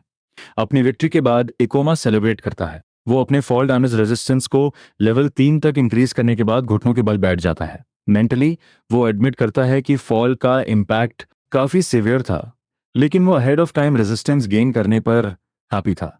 दूसरी तरफ काकारू स्टन था, एडमिट करते हुए कि ये अमेजिंग था। आखिरकार उस मॉन्स्टर के रेजिस्टेंस की वजह से उसका लाइटनिंग अटैक काम नहीं आया, लेकिन फिर भी एक मेज उसे हराने में मैनेज कर गया। थोड़ा एम्बारेस्ड, वो पूछता है कि प्रोटैगनिस्ट ने उसकी हेल्प क्यों की, ये कंसिडर करते हुए कि गिल्ड में उसने उसे कितनी बैडली ट्रीट किया था। हालांकि वो लड़का क्विकली स्कैर्ड हो जाता है, ये अज्यूम करते हुए कि शायद इकोमा वहां रिवेंज लेने आया है। उसे और भी ज्यादा नर्वस करते हुए लड़का उसे आवाज लगाता है। वो पूछता है कि क्या ककारू खुद से खड़ा हो सकता है और क्या वो ठीक है। वो लड़का इस अनएक्सपेक्टेड रिएक्शन से सरप्राइज था। वो हंसने लगता है, ये रियलाइज करते हुए कि ये वैसा नहीं था जैसा उसने इमेजिन किया था। रिटर्न में अपना हाथ बढ़ाते हुए वो आदमी उसे बचाने के लिए थैंक यू कहता है। कुछ टाइम बाद हंटर गिल्ड में रिसेप्शनिस्ट एक्सट्रीमली स्टार्टल्ड थी। पूछती है कि वो क्या कह रहे हैं, पूछती है कि क्या एक लेवल 30 स्टोन नाइट अपेयर हुआ था। और भी ज्यादा शॉक्ड, वो पूछती है कि क्या प्रोटैगनिस्ट क्या सच में उसे हरा दिया था। उसने ज्यादा डिटेल्स दिए बिना बस कंफर्म कर दिया। उसने स्टेट किया कि ये इम्पॉसिबल है क्योंकि उसने अभी शुरुआत की है और वो अकेला था। मॉन्स्टर का डीमन स्टोन उठाते हुए उसने पूछा कि क्या इतना प्रूफ काफी है। रिसेप्शनिस्ट ने कहा कि इतने बड़े साइज का कोर सिर्फ लेवल 30 या उससे हायर लेवल के मॉन्स्टर का ही हो सकता है, और भले ही इस पर बिलीव करना मुश्किल था, वो इसे रजिस्टर कर लेगी। उसने पूछा कि क्या वो लड़का स्टोन को पैसों के बदले एक्सचेंज करना चाहता है, ये नोट करते हुए कि इसकी कीमत लगभग 2 लाख येन होनी चाहिए। लेकिन प्रोटैगनिस्ट ने कहा कि कम से कम अभी के लिए तो नहीं। आखिरकार उसे अपनी एबिलिटीज प्रूव करने के लिए इसकी जरूरत थी। अचानक किसी ने उसे आवाज लगाई। वो काकरू था, जिसने कहा कि वो उसे ही ढूंढ रहा था क्योंकि वो उसे एक बार फिर से थैंक यू कहना चाहता था। उसने कहा कि उसके पास उसके लिए एक बिग ऑफर भी है। अपनी बाहें फैलाते हुए उस आदमी ने पूछा कि क्या वो थंडर नाइट्स ज्वाइन करना नहीं चाहेगा। आसपास के सभी हंटर्स इस फैक्ट से सरप्राइज थे कि एक राइजिंग टीम किसी को इनवाइट कर रही थी। उसके हाथ में कोर देखकर लोग बातें करने लगे कि इकोमा जरूर इनक्रेडिबल होगा। एक स्माइल के साथ उस आदमी ने कहा कि आज उसका लकी डे है, अश्योर करते हुए कि उसके लिए ऐसा फेवर रिसीव करना रेयर था। प्रोटैगनिस्ट थोड़ा एम्बैरेस था, जबकि लड़के ने उससे शाय न होने के लिए कहा, लेकिन इकोमा ने कहा कि अनफॉर्चुनेटली उसे ये ऑफर डिक्लाइन करना पड़ेगा। काकरू इस बात से सरप्राइज था, पूछ रहा था कि उसने डिक्लाइन क्यों किया। इनक्रेडुलसली उसने पूछा कि क्या वो लड़का कोई टीम नहीं ढूंढ रहा है। प्रोटैगनिस्ट ने कहा कि वो ढूंढ रहा था, लेकिन इन्फॉर्म किया कि उसने अपना मन बदल लिया है। इसके साथ वो मुड़ा और रिसेप्शनिस्ट ने पूछा कि वो हर बार इतने सारे मॉन्स्टर्स को मारने में कैसे मैनेज कर लेता है, ये स्टेट करते हुए कि उसे लगा कि वो अकेले काम करता है। प्रोटैगनिस्ट ने उसे इग्नोर किया और कहा कि एक और बात है। उसने रैंक डी में प्रमोशन रिक्वेस्ट किया। एक रैंक एफ हंटर को रैंक ई में प्रमोट कर दिया जाता है जब वो एक क्लास चूज कर लेते हैं, और सिर्फ रैंक डी या उससे हायर के हंटर्स ही पोर्टल डिजास्टर्स में जाते हैं। रिसेप्शनिस्ट ने उसे इन्फॉर्म किया कि वो लेवल 25 पर पहुंचने के बाद ही प्रमोशन रिक्वेस्ट कर सकता है। अपनी स्टेटस विंडो दिखाते हुए इकोमा ने कहा कि उस केस में कोई प्रॉब्लम नहीं है क्योंकि वो पहले ही लेवल 26 पर है। वो औरत इस बात से एक्सट्रीमली सरप्राइज थी। आखिरकार वो एक मैच था जो अकेले काम करता था और पहले ही ऐसे लेवल पर पहुंच चुका था। उसने पूछा कि कोई इतने शॉर्ट पीरियड में इतने सारे लेवल्स कैसे गेन कर सकता है, ये डिक्लेयर करते हुए कि ये सस्पिशियस लग रहा था। फिर रिसेप्शनिस्ट ने पूछा कि क्या ग्रेविटी मास्टर्स सच में इतने स्ट्रांग होते हैं। कुछ टाइम बाद इकोमा आखिरकार प्रमोट हो गया था। अब उसके पास सिर्फ एक अमेजिंग क्लास ही नहीं थी, बल्कि एक रैंक एस हंटर के रूप में उसके 10 सालों का नॉलेज और एक्सपीरियंस भी था। बहुत जल्दी लेवल अप करने से ऐसा अटेंशन अट्रैक्ट हो सकता था जो वो नहीं चाहता था, लेकिन फिर भी उसे टाइम पर वहां पहुंचने के लिए हरी करनी थी। एक बार जब कोई हंटर रैंक डी में प्रमोट हो जाता है तो कई पोर्टल्स अवेलेबल हो जाते हैं, जिससे टीम्स ज्वाइन करना भी आसान हो जाता है। सबसे इंपॉर्टेंट पार्ट ये था कि इससे वो उस पोर्टल में एंटर कर पाएगा जहां वो ग्रेट यूनिक वेपन अपीयर होगा।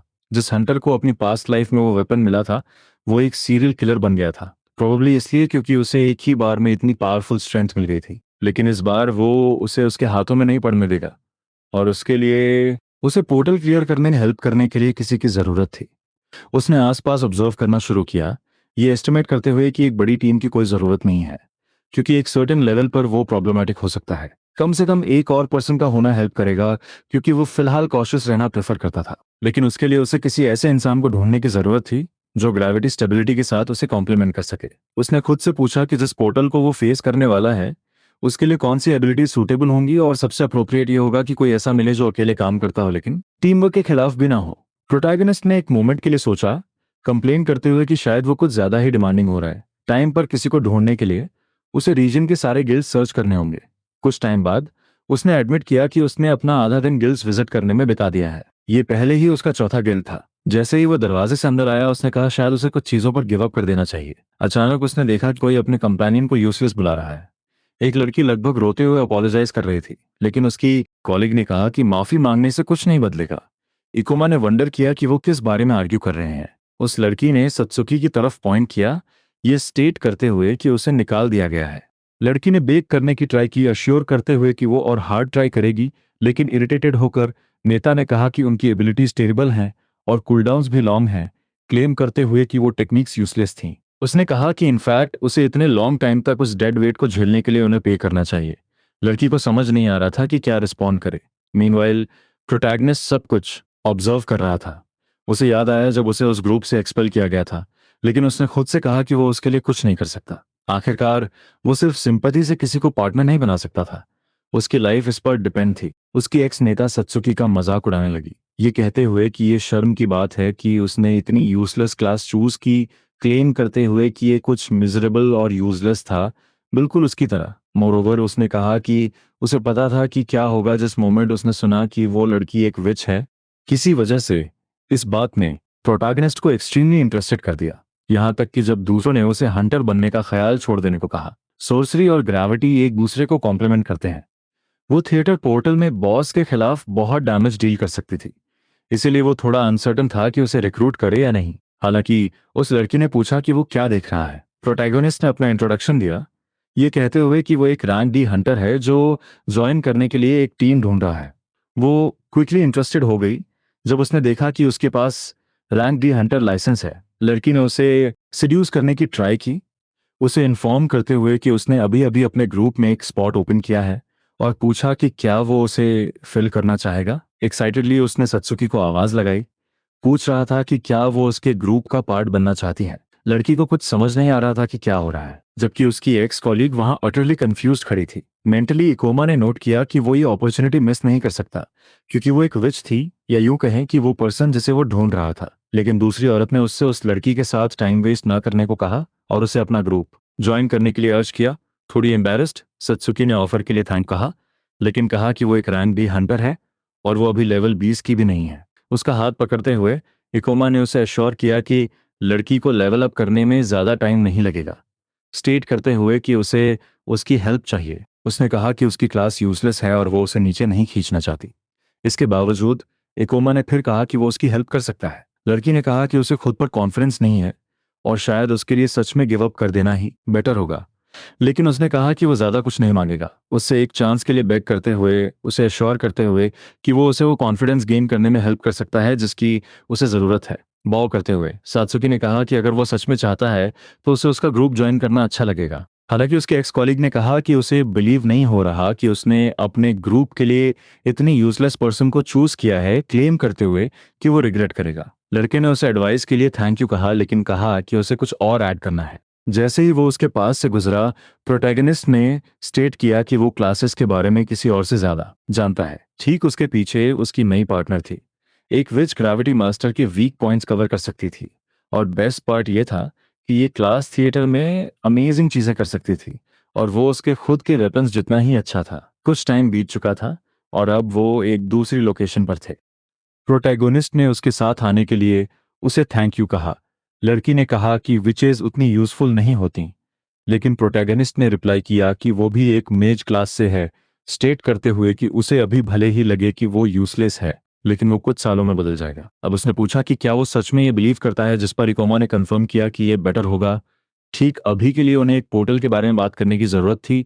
डिटरमिन्ड लड़की श्योर थी कि वो सर्टेन है, लेकिन उसे नर्वस करते हुए उसने एक्सप्लेन किया कि वो कंट्रोल्ड पोर्टल नहीं था। उसने कहा कि वो एक ऐसे पोर्टल में एंटर कर चुके हैं जो अभी तक अपीयर नहीं हुआ था, जिसका रिकमेंडेड लेवल 30 या हायर था। स्टार्टल लड़की ने एक्सक्लेम किया कि रिकमेंडेड लेवल बहुत हाई था और उस पर से वो एक अनचार्टेड पोर्टल था। अनचार्टेड पोर्टल्स वो होते हैं जो इतने लंबे टाइम से एग्जिस्ट नहीं करते कि कोई उन्हें एनालाइज कर सके। एक्सट्रीमली नर्वस, उसने कहा कि वो अभी भी लेवल 17 पर है और उसकी क्लास टेरेबल है, लेकिन प्रोटैगनिस्ट ने उससे वरी ना करने को कहा, अश्योर करते हुए कि उसे कुछ नहीं होगा क्योंकि वो अकेले फाइट करेगा। अपनी पास्ट लाइफ में उसने पोर्टल्स के बारे में अवेलेबल सारे रिकॉर्ड्स पढ़े थे। इसी तरह वो उस थिएटर को एलिमिनेट करने की अपनी स्ट्रैटेजी डिवाइस कर पाया था। उसने डिक्लेयर किया कि वो दोनों इजीली पोर्टल क्लियर कर सकते हैं, ये कहते हुए कि लड़की को बस उस पर ट्रस्ट करने की जरूरत है। उसे किसी को इसमें ड्रैग करने के लिए बुरा लग रहा था, लेकिन उसे हर हाल में उस वेपन को प्रोटेक्ट करना था। सत्सुकी ने पूछा कि प्रोटैगनिस्ट को एक ऐसे पोर्टल के बारे में कैसे पता जो अभी तक अपीयर भी नहीं हुआ है। इकोमा ने कहा कि वो सारी डिटेल्स रिवील नहीं कर सकता, लेकिन समराइज करने के लिए ये सब एक रेयर आइटम के थैंक्स था। उसने कहा कि उसे बिलीव नहीं हो रहा। आखिरकार ऐसा कोई तरीका नहीं था कि कोई आइटम इतने एडवांस में पोर्टल प्रिडिक्ट कर सके। अचानक सबके फोन्स पर एक अलर्ट की नोटिफिकेशन आने लगी। नर्वसली उसने अपना डिवाइस पकड़ा ये देखने के लिए कि ये किस बारे में था। प्रोटैगनिस्ट ने भी ऐसा ही किया।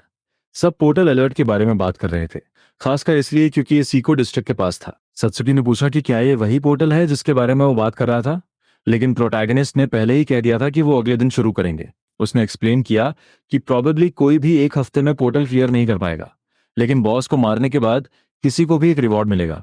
कुछ टाइम बाद वो पहले ही पोर्टल सर्च कर रहे थे, जबकि लड़की ने पूछा कि क्या इकोमा श्योर है। उन्हें रियलाइज हुआ कि पोर्टल इराडिकेशन मिनिस्ट्री ने पहले ही लोकेशन पर सेटअप कर लिया था। अचानक एक औरत भागती हुई उनके पास आई पूछने के लिए कि क्या वो हंटर्स हैं। उसने उन दोनों से पोर्टल के बारे में मिलने वाली कोई भी इंफॉर्मेशन रिपोर्ट करने को कहा, जैसे कि इसका लेआउट या मॉन्स्टर्स की एबिलिटीज। हालांकि उनकी सेफ्टी उनकी प्रायोरिटी होनी चाहिए, क्योंकि अनचार्टेड पोर्टल्स में कई मौतें हो चुकी थीं। उन्होंने उसे बताया कि मिनिस्ट्री उनकी हेल्प पर काउंट कर सकती है। सत्सुकी ने पूछा कि उसने उसे क्यों नहीं बताया कि वो बॉस को मारने जा रहे हैं, लेकिन इकोमा ने एक्सप्लेन किया कि उसने उन्हें रोक लिया होता। एक बार पोर्टल के अंदर उसने उसे वार्न किया कि ये दूसरों से डिफरेंट है और पूछा कि क्या लड़की अभी भी एंग्शियस है। लड़की ने हाँ कहा। स्टैमर करना शुरू करते हुए प्रोटैगनिस्ट ने इतना डिफिकल्ट फेवर मांगने के लिए अपोलोजाइज किया, लेकिन उसने उसे रियश्योर किया कि वो सारे मॉन्स्टर्स से अकेले फाइट करेगा और अगर वो हैंडल नहीं कर पाया तो वो इमीडिएटली लीव कर देंगे। फिर से अबैंडन होने के डर से सत्सुकी ने कहना शुरू किया कि वो अपना बेस्ट देगी। उसने कहा प्रोटैगनिस्ट उसे बेट की तरह भी यूज कर सकता है, लेकिन इकोमा ने कहा कि उसकी जरूरत नहीं पड़ेगी, उसे बस अपने स्पेल्स कास्ट करने को कहते हुए। लड़की ने कहा कि उसे मुश्किल से ही कोई यूजफुल स्किल्स आती हैं। उसने पूछा कि क्या वो माना ड्रेन नाम की कोई चीज यूज कर सकती है। ये स्किल एक टारगेट से माना ड्रेन करती है, जो इसे स्ट्रॉन्गर मॉन्स्टर्स के खिलाफ लॉन्ग बैटल्स में यूजफुल बनाती है, क्योंकि ये उस माना को किसी ग्रुप मेंबर को ट्रांसफर करने भी अलाउ करती है। ये इसे ग्रेविटी यूजर्स को असिस्ट करने के लिए परफेक्ट एबिलिटी बनाती है। इस तरह प्रोटैगनिस्ट को अपने माना के बारे में वरी नहीं करना पड़ेगा, जबकि वो ऐसे मॉन्स्टर से डील कर रहा होगा जिन्हें ड्रेन किया जा सकता है। लड़की ने कहा कि स्किल को कास्ट करने में बहुत टाइम लगता है और वो माना के टर्म्स में बहुत एफिशिएंट नहीं है, सजेस्ट करते हुए कि बेटर है कि वो यूज करे जो एनिमीज को डायरेक्टली हार्म करे। मेंटली इकुमा ने सोचा कि शायद वो सच हो, अगर उनमें से कोई उसमें स्पेशलाइज करता हो, जबकि उसने कहा कि वो अपने मैक्सिमम पर फाइट करेगा और इससे उसे वो सारा टाइम मिल जाना चाहिए जिसकी उसे जरूरत है। उसके खिलाफ लड़ने वाला एक बड़ा क्लाउन बेयर था। अटैक्स डॉज करते हुए वो अपनी कंपेनियन को एबिलिटी यूज करने के लिए चिल्लाया। उसने एक शैडो बॉल समन की बेयर पर एक बड़ा स्पेल कास्ट करते हुए। इसके साथ बेयर चीख पड़ा जब उसे एबिलिटी ने हिट किया। प्रोटैगनिस्ट ने रियलाइज किया कि मॉन्स्टर ने अपना गार्ड डाउन कर दिया था। देयरफॉर वो एनिमी की तरफ लीप करने के लिए प्रिपेयर हुआ। क्विकली वो पहले ही अपने एडवर्सरी के ऊपर था। उसने अपनी बॉडी की ग्रेविटी इंक्रीज की और बेयर के सिर पर अटैक किया। उसे हराने के बाद इकोमा ने अपनी स्वॉर्ड म्यान में रखी और के लिए प्रिपेयर होते हुए उसने कहा कि ये एक्सट्रीमली इजी था, जबकि उसने 212 एक्सपीरियंस पॉइंट्स गेन किए। सरप्राइज्ड वो लड़की ने कहा कि उसने एक ही बार में 3 लेवल्स गेन कर लिए हैं, लेकिन उसने तुरंत कहा कि उसे सारा काम इकोमा से करवाने के लिए बुरा लग रहा है। प्रोटैगनिस्ट ने उसे एश्योर किया कि उसे उसकी हेल्प चाहिए, क्योंकि वो और गहराई में जा रहे थे। फर्दरमोर वो एक टीम थे, इसलिए उसे इवॉल्व होने की जरूरत थी। लड़की ने पूछा कि क्या वो सच में एक टीम है। उसने कहा कि ये बहुत डिफरेंट फील हो रहा था। आखिरकार जब वो अवा के साथ थी तो ये कभी रियल नहीं लगा। स्माइल करते हुए सत्सुकी ने फिर कहा कि वो अगली बैटल में और यूजफुल होने की ट्राई करेगी। दूसरी तरफ इकोमा ने उससे ओवरडो ना करने को कहा। थोड़ा नर्वस होते हुए उसने खुद को रियश्योर किया कि वो ठीक रहेंगे और वो बॉस को हरा देंगे और रेयर आइटम सिक्योर कर लेंगे। करू नाम के एक आदमी ने अपनी पास्ट लाइफ में वो आइटम ऑब्टेन किया था। उसने पोर्टल हिस्ट्री का सबसे वर्स्ट क्रिमिनल बनने के लिए इसका यूज किया था। आप श्योर हो सकते हैं कि उस आदमी ने पोर्टल में बाद में कभी पावर गेन नहीं की, इसलिए उन्हें प्रॉब्ली वो नहीं मिलेगा। आखिरकार थिएटर खुले हुए 2 दिन पहले ही बीत चुके थे। मीनवाइल एक आदमी लड़ रहा था। उसने अपने हैमर से किसी को हिट करने की ट्राई की, लेकिन उस पर्सन ने डॉज कर लिया। वो आदमी हंसने लगा। लाइफ गीलर नाम की एक स्किल यूज करके वो एक फेटल ब्लो डील करने में मैनेज कर गया। उसका लॉइन क्लॉथ उसके एडवर्सरी के खून से सना हुआ था। जैसे ही उस आदमी की बॉडी कोलैप्स हुई, करो ने कहा कि उस आदमी को उससे पंगा लेने से पहले बेहतर पता होना चाहिए था। उसने नोटिस किया कि वो फिर से लेवल अप हो गया है। उस पागल आदमी ने कहा कि उन लूजर्स ने सरप्राइजिंग अमाउंट में एक्सपीरियंस पॉइंट्स दिए थे। उसने कहा कि इंसान आपस में नहीं लड़ते, इसलिए उन्हें हराना और मारना बहुत आसान है। पहले से ही लेवल 36 पर होते हुए वापस प्रोटैगनिस्ट के ग्रुप के पास वो ग्रेविटी इंक्रीज यूज कर रहा था। इकोमा ने अपने सामने एक डार्क बॉल समन की। इसके साथ उसने क्लाउन को बॉक्स से जमीन पर फेंक दिया। एम्बेरस्ड, लड़की ने कहा कि कुछ देर उसके पीछे स्पेल्स कास्ट करने के बाद भी उसने कई लेवल्स गेन कर लिए हैं और अब लेवल 22 पर है। उसने कहा कि उसे ऐसा फील हो रहा था जैसे उसने बिना कुछ ज्यादा किए बहुत कुछ अचीव कर लिया है, क्लेम करते हुए कि वो प्रॉबली ये सब अकेले ही कर लेता। लेकिन प्रोटैगनिस्ट ने रिप्लाई किया कि ये सिर्फ इसलिए इतना इजी था क्योंकि उनका एनकाउंटर अभी तक किसी पावरफुल मॉन्स्टर से नहीं हुआ था, क्योंकि इन मॉन्स्टर्स के पैटर्न सिंपल होते हैं। उसे रीअफर्म करते हुए कि विच क्लास पावरफुल होती है, लड़की ने रिपीट किया कि ऐसा लगता तो नहीं है। सब्जेक्ट चेंज करते हुए सत्सुकी ने पूछा कि क्या वो अब जाने वाले हैं, क्योंकि वो पहले ही बहुत सारा माना यूज कर चुका था। आखिरकार उसका माना लगभग डिप्लीट हो चुका था। उसने कहा कि वो अपने एट्रीब्यूट्स इंक्रीज करने के लिए ग्रेविटी मैनिपुलेशन यूज कर रहा था और एग्जॉस्शन का यही कॉज था। लड़की ने मेंशन किया कि गिल्ड ने उन्हें एडवाइस किया था कि जब उनका माना 50% से नीचे ड्रॉप हो जाए तो उन्हें लीव कर देना चाहिए। एक स्माइल के साथ उसने कहा कि कुछ टेस्ट करने का टाइम आ गया है। उनके सामने एक क्लाउन गॉब्लिन था। प्रोटैगनिस्ट ने पूछा कि क्या वो रेडी है, उसे इन्फॉर्म करते हुए कि वो मॉन्स्टर को इमोबिलाइज करना शुरू करेंगे। इकोमा ने उसे मना ड्रेन यूज करने को कहा। लड़की को समझ नहीं आ रहा था कि इस पर कैसे रिएक्ट करे। मॉन्स्टर्स को बांधना और उनका माना ड्रेन करना उन्हें बहुत सारा माना जनरेट करने अलाउ करेगा। उसके बाद वो उस माना को प्रोटैगनिस्ट को ट्रांसफर करने के लिए एबिलिटी यूज कर सकती। लड़की ने कहा कि वो समझ गई, लेकिन उसने उससे कम से कम मॉन्स्टर का चेहरा कवर करने को कहा। एकोमा ने रिप्लाई किया कि वो कोई स्किल यूज किए बिना ऐसा नहीं कर सकता, ये स्टेट करते हुए कि कोई और ऑप्शन नहीं है। सत्सुकी अपनी मां ट्रेनिंग एबिलिटी यूज करने लगी। प्रोटैगनिस्ट ने कहा कि अब वो कर सकते हैं, जबकि लड़की उस बेचारे मॉन्स्टर के लिए लैमेंट कर रही थी। बुरी तरह हारने के बाद वो जमीन पर पड़ा था।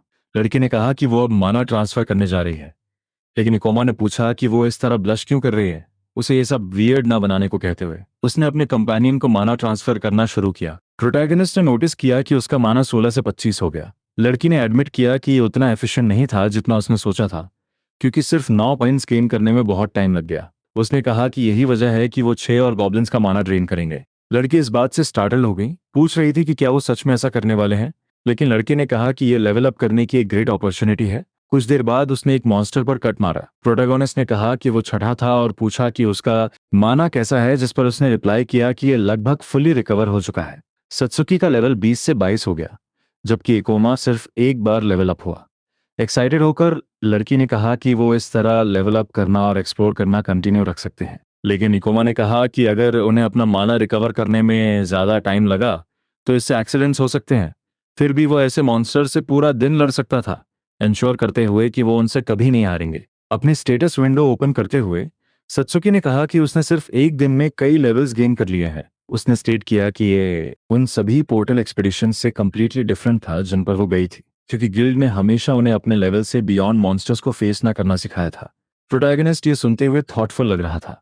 खड़े होते हुए उसने कहा कि गिल्ड को सेफ्टी के लिए वो रेकमेंड करना पड़ता है। हालांकि रास्ते में स्किल्स और एक्सपीरियंसेस एक्वायर करने के लिए हाई लेवल मॉन्स्टर्स को फेस किए बिना कोई शायद ही स्ट्रॉन्गर बन पाता है। जब वो बोल रहा था तो वो उसे देखती रही। अचानक लड़की डिटर्मिन हो गई। कुछ टाइम बाद वो किसी कैथेड्रल जैसी जगह से गुजर रहे थे और सत्सुकी ने पूछा कि क्या वो सच में उस पोर्टल को क्लियर करने वाले हैं। अचानक वो रुका और बोला कि वो सही जगह पर है। एक दरवाजे के सामने इकोमा ने कहा कि थिएटर ऑफ मनाइकल ड्रीम्स का बॉस उस दरवाजे के पीछे है। उसने एक बड़ी स्माइल के साथ उसे खोलने के लिए हाथ बढ़ाया। उसने कहा कि वो 2 दिनों में यहाँ पहुंच गए और शर्त लगाई कि एरेडिकेशन मिनिस्ट्री ने ये एक्सपेक्ट नहीं किया होगा। लड़की कांपने लगी, पूछ रही थी कि क्या वो सच में बॉस मॉन्स्टर के बारे में बात कर रहा है। उस विशाल मॉन्स्टर को देखकर इकोमा कुछ नहीं बोला, बस उसे ऑब्जर्व करता रहा। लेकिन डीप डाउन ऐसा लग रहा था कि उस बॉस को हराने के बाद वो आखिरकार वो आइटम पा सकेगा जो वो अपनी पास्ट लाइफ में हमेशा से चाहता था।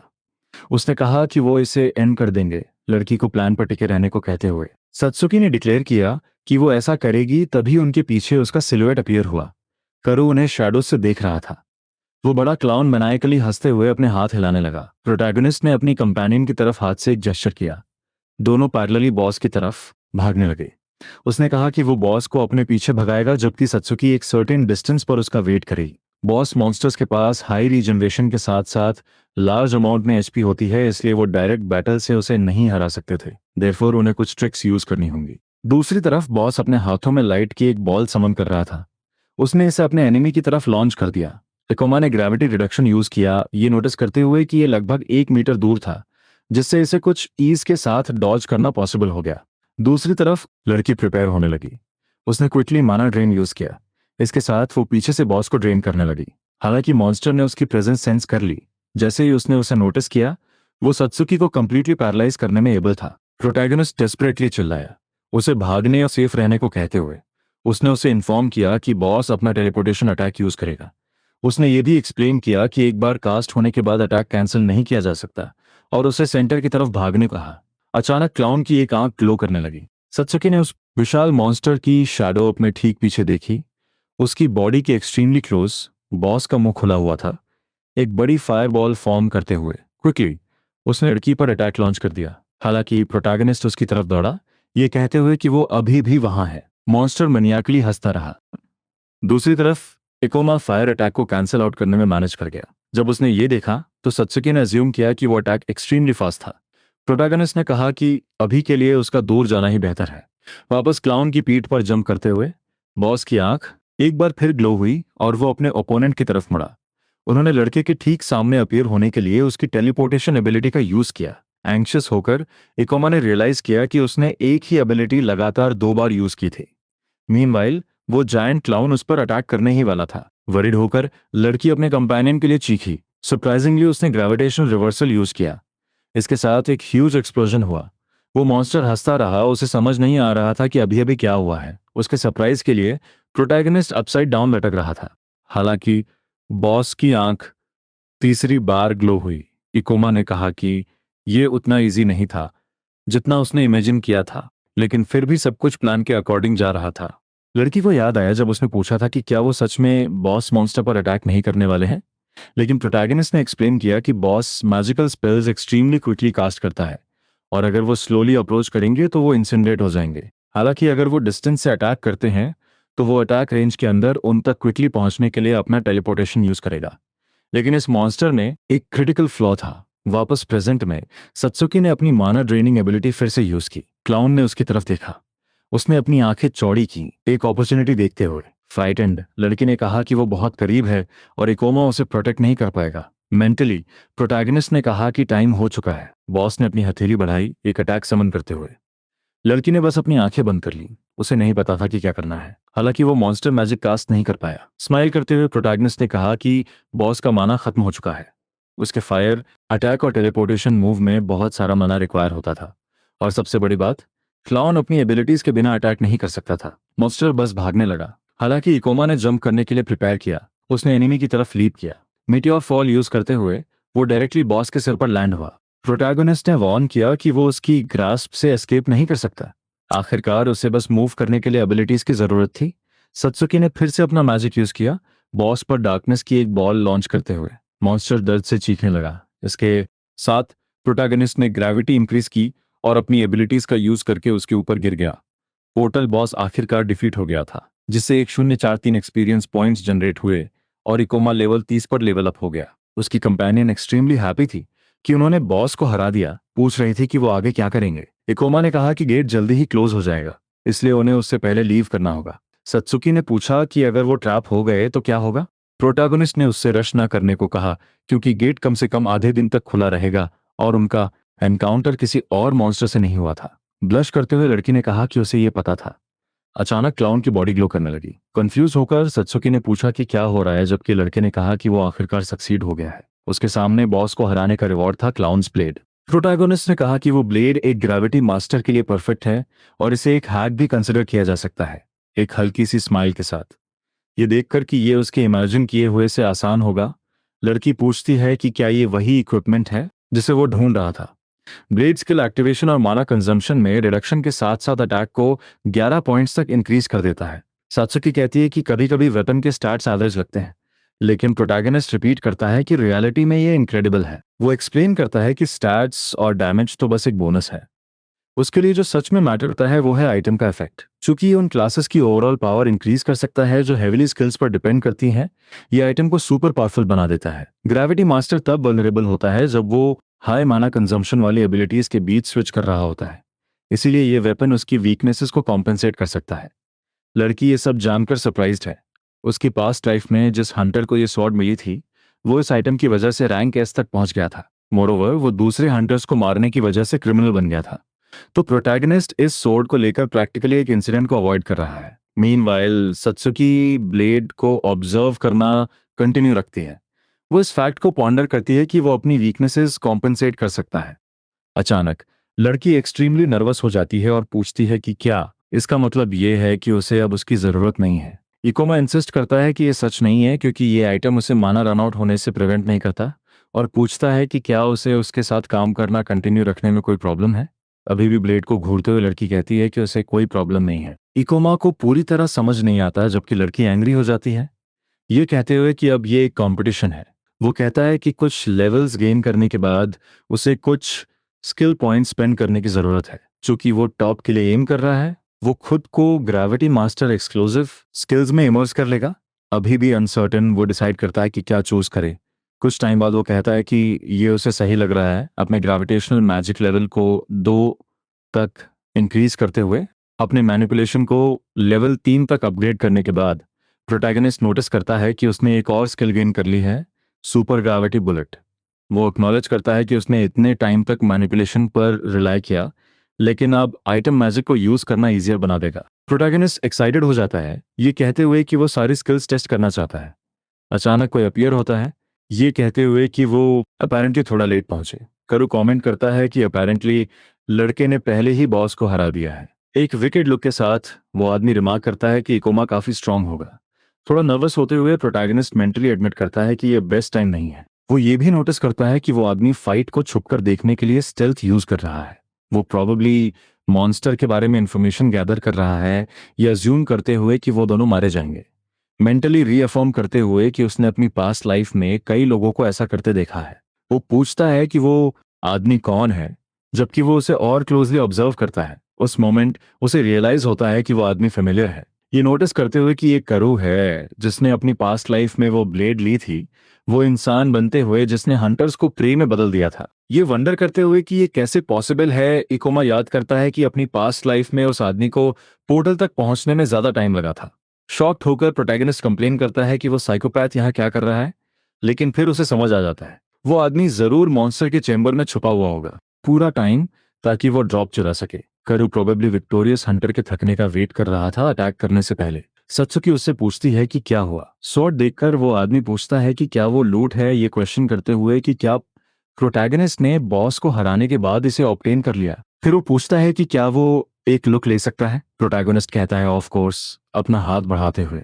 मेंटली वो आदमी उसे बेवकूफ कहता है। उन दोनों की तरफ देखते हुए वो कहता है कि वो दोनों नाइव हैं और वो पहले उस आदमी को मारेगा। वो लड़की के साथ कुछ फन करेगा जब तक कि वो उससे बोर नहीं हो जाता। जैसे ही वो उनके पास आता है, वो साइकोपैथ कहता है कि उन्हें और केयरफुल रहना चाहिए था। इसके साथ वो अपना हाथ बढ़ाता है, जबकि उसकी आंखें रेड ग्लो करती हैं।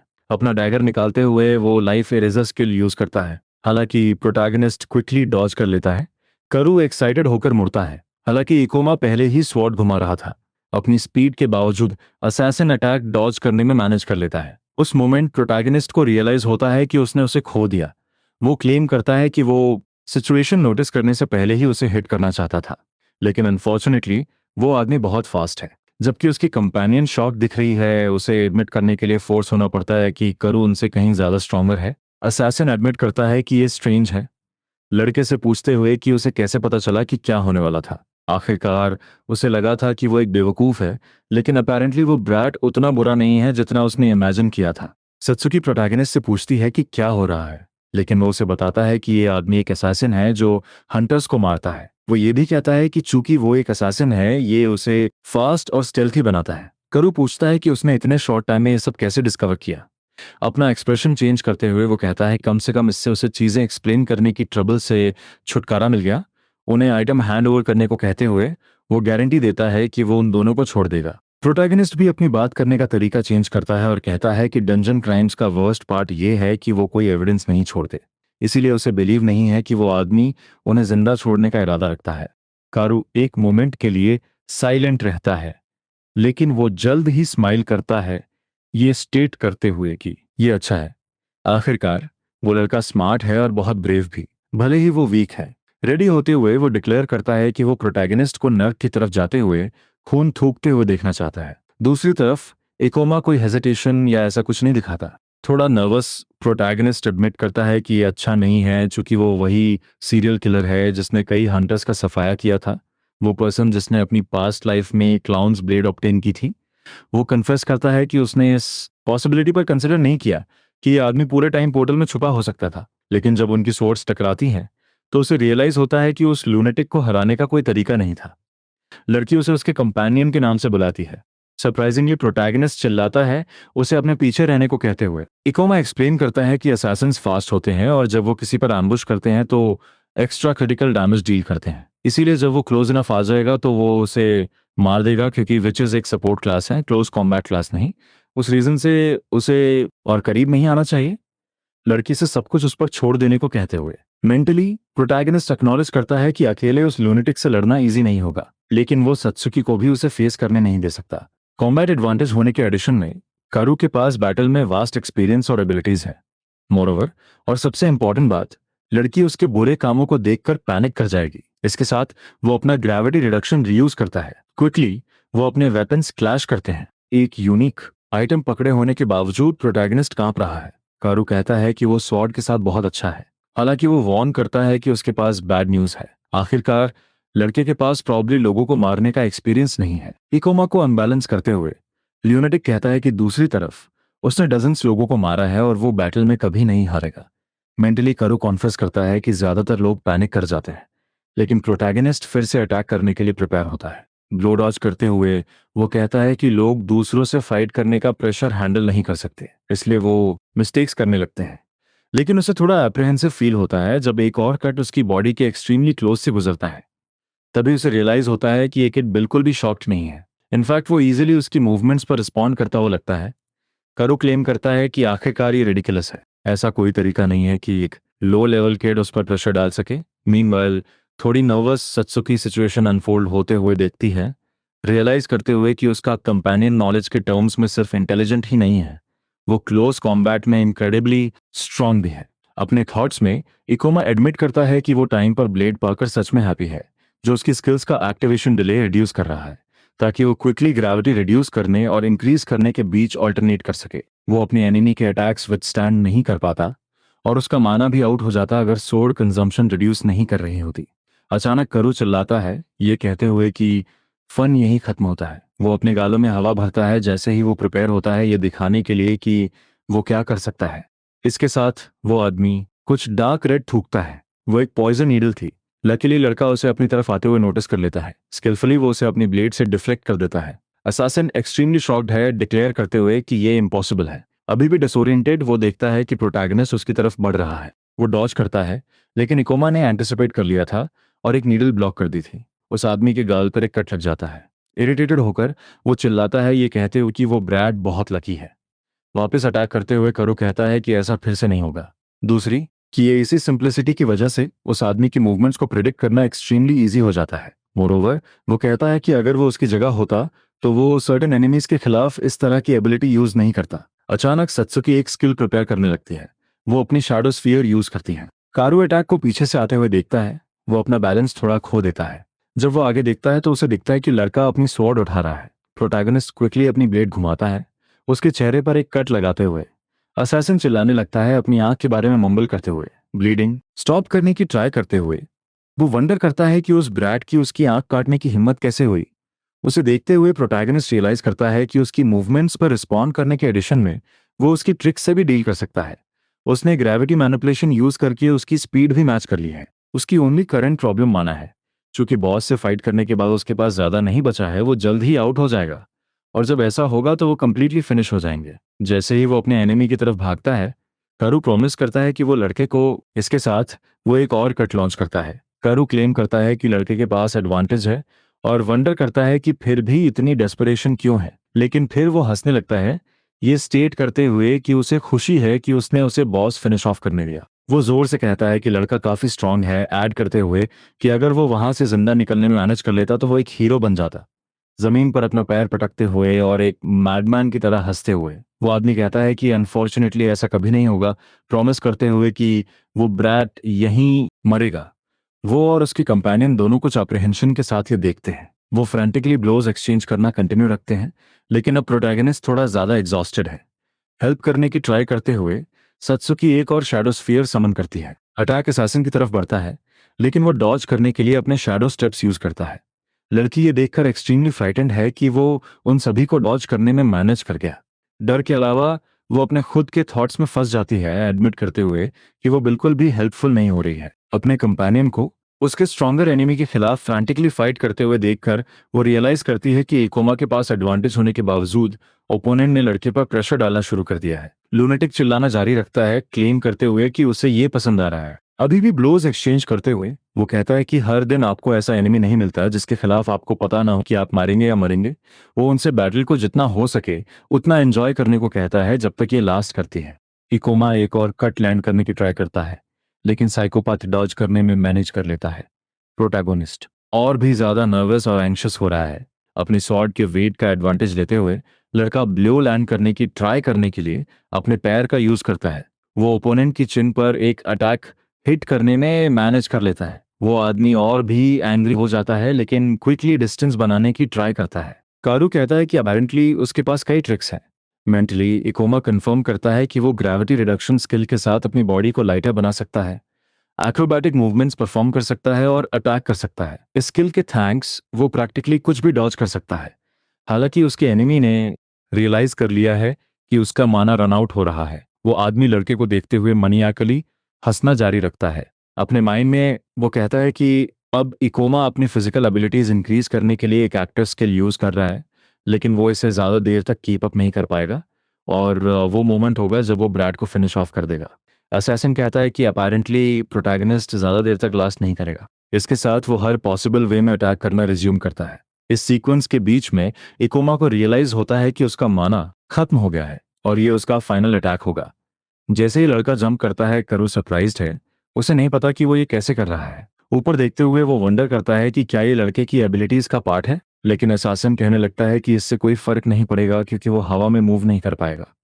लेकिन प्रोटैगनिस्ट क्लेम करता है कि उसके पास ग्रेविटी इंक्रीज करने की स्किल यूज करने का एक चांस है, इसलिए उसे अपना सब कुछ इस चांस में लगा देना चाहिए। अपनी स्वॉर्ड को कसकर पकड़ते हुए वो कहता है कि वो अपना बचा हुआ सारा माना इस अटैक में लगा देगा। इसके साथ वो मीटियर फॉल यूज करता है, अपने ओपोनेंट को जमीन पर पुश करते हुए। अपनी पूरी ताकत लगाते हुए करू पूछता है कि ये किस तरह की इनक्रेडिबल पावर है, ये रियलाइज करते हुए कि वो चाहे कितनी भी फोर्स अप्लाई करे वो उसे पीछे नहीं फेंक सकता। अपने ओपोनेंट की ब्लेड को और होल्ड ना कर पाने के कारण उस आदमी के सीने पर एक बड़ा कट लग जाता है। प्रोटैगोनिस्ट एक्सट्रीमली टायर्ड है, जबकि उसे नोटिफाई किया जाता है कि उसका माना 0 हो गया है। उसकी कंपेनियन उसके पास आती है, उसे आवाज लगाते हुए। हैप्पीली वो कहती है कि इकोमा जीत गया है। हालांकि वो बस अपोलोजाइज करता है फेंट होते हुए। लड़का सत्सुकी से अपोलोजाइज करना कंटिन्यू रखता है। उसके ठीक पीछे सिवियरली इंजर्ड करू खड़ा होता है, उसे कर्स करते हुए। असैसिन कहता है कि उस ब्रैड का माना अब तक खत्म हो चुका होगा। जमीन पर घुटने टेके हुए मूव करने में अनेबल इकोमा अपनी कंपेनियन को भागने के लिए कहता है। अपनी बची हुई थोड़ी सी स्ट्रेंथ का यूज करते हुए वो कहता है कि वो आदमी उस तक नहीं पहुंच पाएगा, लेकिन उसके लिए लड़की को अब भागना शुरू करना होगा। यहां तक कि उसका ओपोनेंट भी एडमिट करता है कि वो एक इनक्रेडिबल आदमी है, क्योंकि बॉस को फेस करने के बाद वो एग्जॉस्टेड होगा, और फिर भी वो उससे फाइट करता रहा ताकि करू लड़की के करीब ना सके। ये सत्सुकी को और भी ज्यादा शॉक कर देता है। मीनवाइल लुनेटिक कहता है कि उसे बिलीव नहीं हो रहा कि इकोमा ऐसे पैथेटिक पर्सन को प्रोटेक्ट करने के लिए उसे फेस कर रहा था, एडमिट करते हुए कि वो उसे एडमायर करने लगा है। प्रोटैगनिस्ट इस बात से इंक्रीजिंगली इरिटेटेड हो रहा है और वो आदमी अभी भी कहता है कि वो इम्प्रेस्ड है कि इकोमा ने उसे अपना फुल नेम नहीं बताया। दूसरी तरफ सत्सुकी उन वर्ड्स में फंस गई है, वंडर करते हुए कि क्या वो सच में इकोमा को नीचे खींच रही थी। आंखों में आंसुओं के साथ वो एडमिट करती है कि ये सही थी और उसे हंटर बनने पर गिव अप कर देना चाहिए था। आखिरकार उसका कंपेनियन उस जैसे आदमी से कभी नहीं हारता। वो याद करते हुए जब उसने उसे बचाया था, लड़की मेंटली उसे फिर से हेल्प के लिए बुलाती है। अचानक उसमें चेंज होता है। लड़की का एक्सप्रेशन डिफरेंट है और उसके आसपास की हवा भी चेंज होती हुई लगती है। प्रोटैगनिस्ट स्टेट करता है कि वो करू जैसे कीड़ों को अपना फुल नेम कभी नहीं बताएगा। वो आदमी कहता है कि ये एक शेम है, क्लेम करते हुए कि वो सच में उसे पसंद करता है, डिक्लेयर करते हुए कि वो पहला पर्सन है जिसे वो ट्रूली एडमायर करता है। इसीलिए वो उसका चेहरा याद रखेगा। अपना डैगर उठाते हुए वो खुद को प्रिपेयर करता है। सरप्राइजिंगली लड़की एक और शैडो स्फीयर समन करती है। यहाँ तक कि असैसिन भी फील करता है कि ये वाली डिफरेंट है। वो डॉज करने लगता है, ये कहते हुए कि वो उसे इससे हिट नहीं कर पाएगी। लेकिन अचानक उसे पेन फील होता है। सात्सुकी ने उसे अपने स्टाफ से स्ट्राइक किया था। वो आदमी मेंटली लड़की को कर्स करता है क्योंकि वो पहले ही बैडली इंजर्ड है। मोरओवर उसने उसके ब्लाइंड स्पॉट से अटैक किया। वो लड़की अपने कंपेनियन की तरफ भागती है, जबकि इकोमा पूछता है कि वो क्या कर रही है, उसे रिमाइंड कराते हुए कि उसने उसे भागने को कहा था। कुछ एबिलिटी यूज करते हुए सत्सुकी कहती है कि वो अब कभी नहीं भागेगी क्योंकि उसने उसे कन्विंस किया था कि उसके पास चीजों को वर्क कराने की पावर है। इसके साथ वो माना ट्रांसफर यूज करती है। इस तरह वो उसकी कुछ स्ट्रेंथ रिस्टोर करने में मैनेज कर लेती है। वो सारी एनर्जी देखकर असैसिन को पूरी तरह समझ नहीं आता कि क्या हो रहा है, लेकिन वो चिल्लाता है वॉर्न करते हुए कि वो पहले उसे मारेगा। क्विकली वो आदमी लाइफ इरेजर एक्टिवेट करता है। इकोमा डायरेक्टली उसकी तरफ देखता है, लेकिन वो कोई डर नहीं दिखाती, सिर्फ एक सर्टेन इंडिफरेंस। प्रोटैगनिस्ट उन दोनों को बचाने के लिए उसे थैंक यू कहता है। वो अपने पैरों पर खड़ा है और उसने अपने एनिमी का अटैक रोक दिया है। इकोमा अपना कुछ माना रिकवर करने लगता है। शॉक्ड होकर करू वंडर करता है कि क्या उसके ओपोनेंट ने उस एबिलिटी को फिर से यूज करने के लिए ऑलरेडी इनफ माना रिकवर कर लिया है। वो आदमी कहता है कि ये लिमिट्स के बियॉन्ड है, लेकिन प्रोटैगनिस्ट कहता है कि शुरू से ही वो एक टीम थे। ये उसके उन पर एम्बुश करने से पहले की बात है। मोरोवर उसने अपना माना रिकवर कर लिया, जबकि कारू सिवियरली इंजर्ड कंटिन्यू करता है, डिक्लेयर करते हुए कि अब वो जानना चाहता है कि वो फाइट कौन जीतेगा। क्विकली वो अपने अपोनेंट पर फिर से अटैक करता है। डॉज करने की ट्राई करते हुए ल्यूनेटिक स्केर्ड हो जाता है। हालांकि प्रोटैगनिस्ट कोई ओपनिंग्स नहीं देता, अपनी स्ट्रेंथ और स्पीड इंक्रीज करता है। वो आदमी क्लेम करता है कि ये अभी ओवर नहीं हुआ है और डार्क मैजिक यूज करना शुरू करता है, अपने सामने एक रेड सर्कल समन करते हुए। सत्सुकी उसे फेस करने के लिए प्रिपेयर होती है। हालांकि इकोमा उसे स्टिल रहने को कहता है और सरप्राइजिंगली वो अपना ग्रेविटेशनल मैजिक समन करता है, अपने एनिमी को बताते हुए कि उसका मैजिक ओपोनेंट्स के खिलाफ यूज करने के लिए बहुत स्लो है और कि अपनी पास्ट लाइफ में वो ऐसे अटैक को कास्ट करने के डिले को कॉम्पेंसेट करने के लिए क्लाउन्स ब्लेड का यूज करता था। ये देखकर करू कहता है कि ये उसका एंड है। एक लार्ज ब्लैक स्फीयर जो एक ब्लैक होल से एक्सट्रीमली सिमिलर है, उसकी तरफ बढ़ता है। हे एवरीवन, क्या आपको स्टोरी पसंद आई? मुझे ये सच में बहुत अच्छी लगी। अगर आप नेक्स्ट पार्ट फॉलो करना चाहते हैं तो चैनल को सब्सक्राइब करना और लाइक छोड़ना ना भूलें।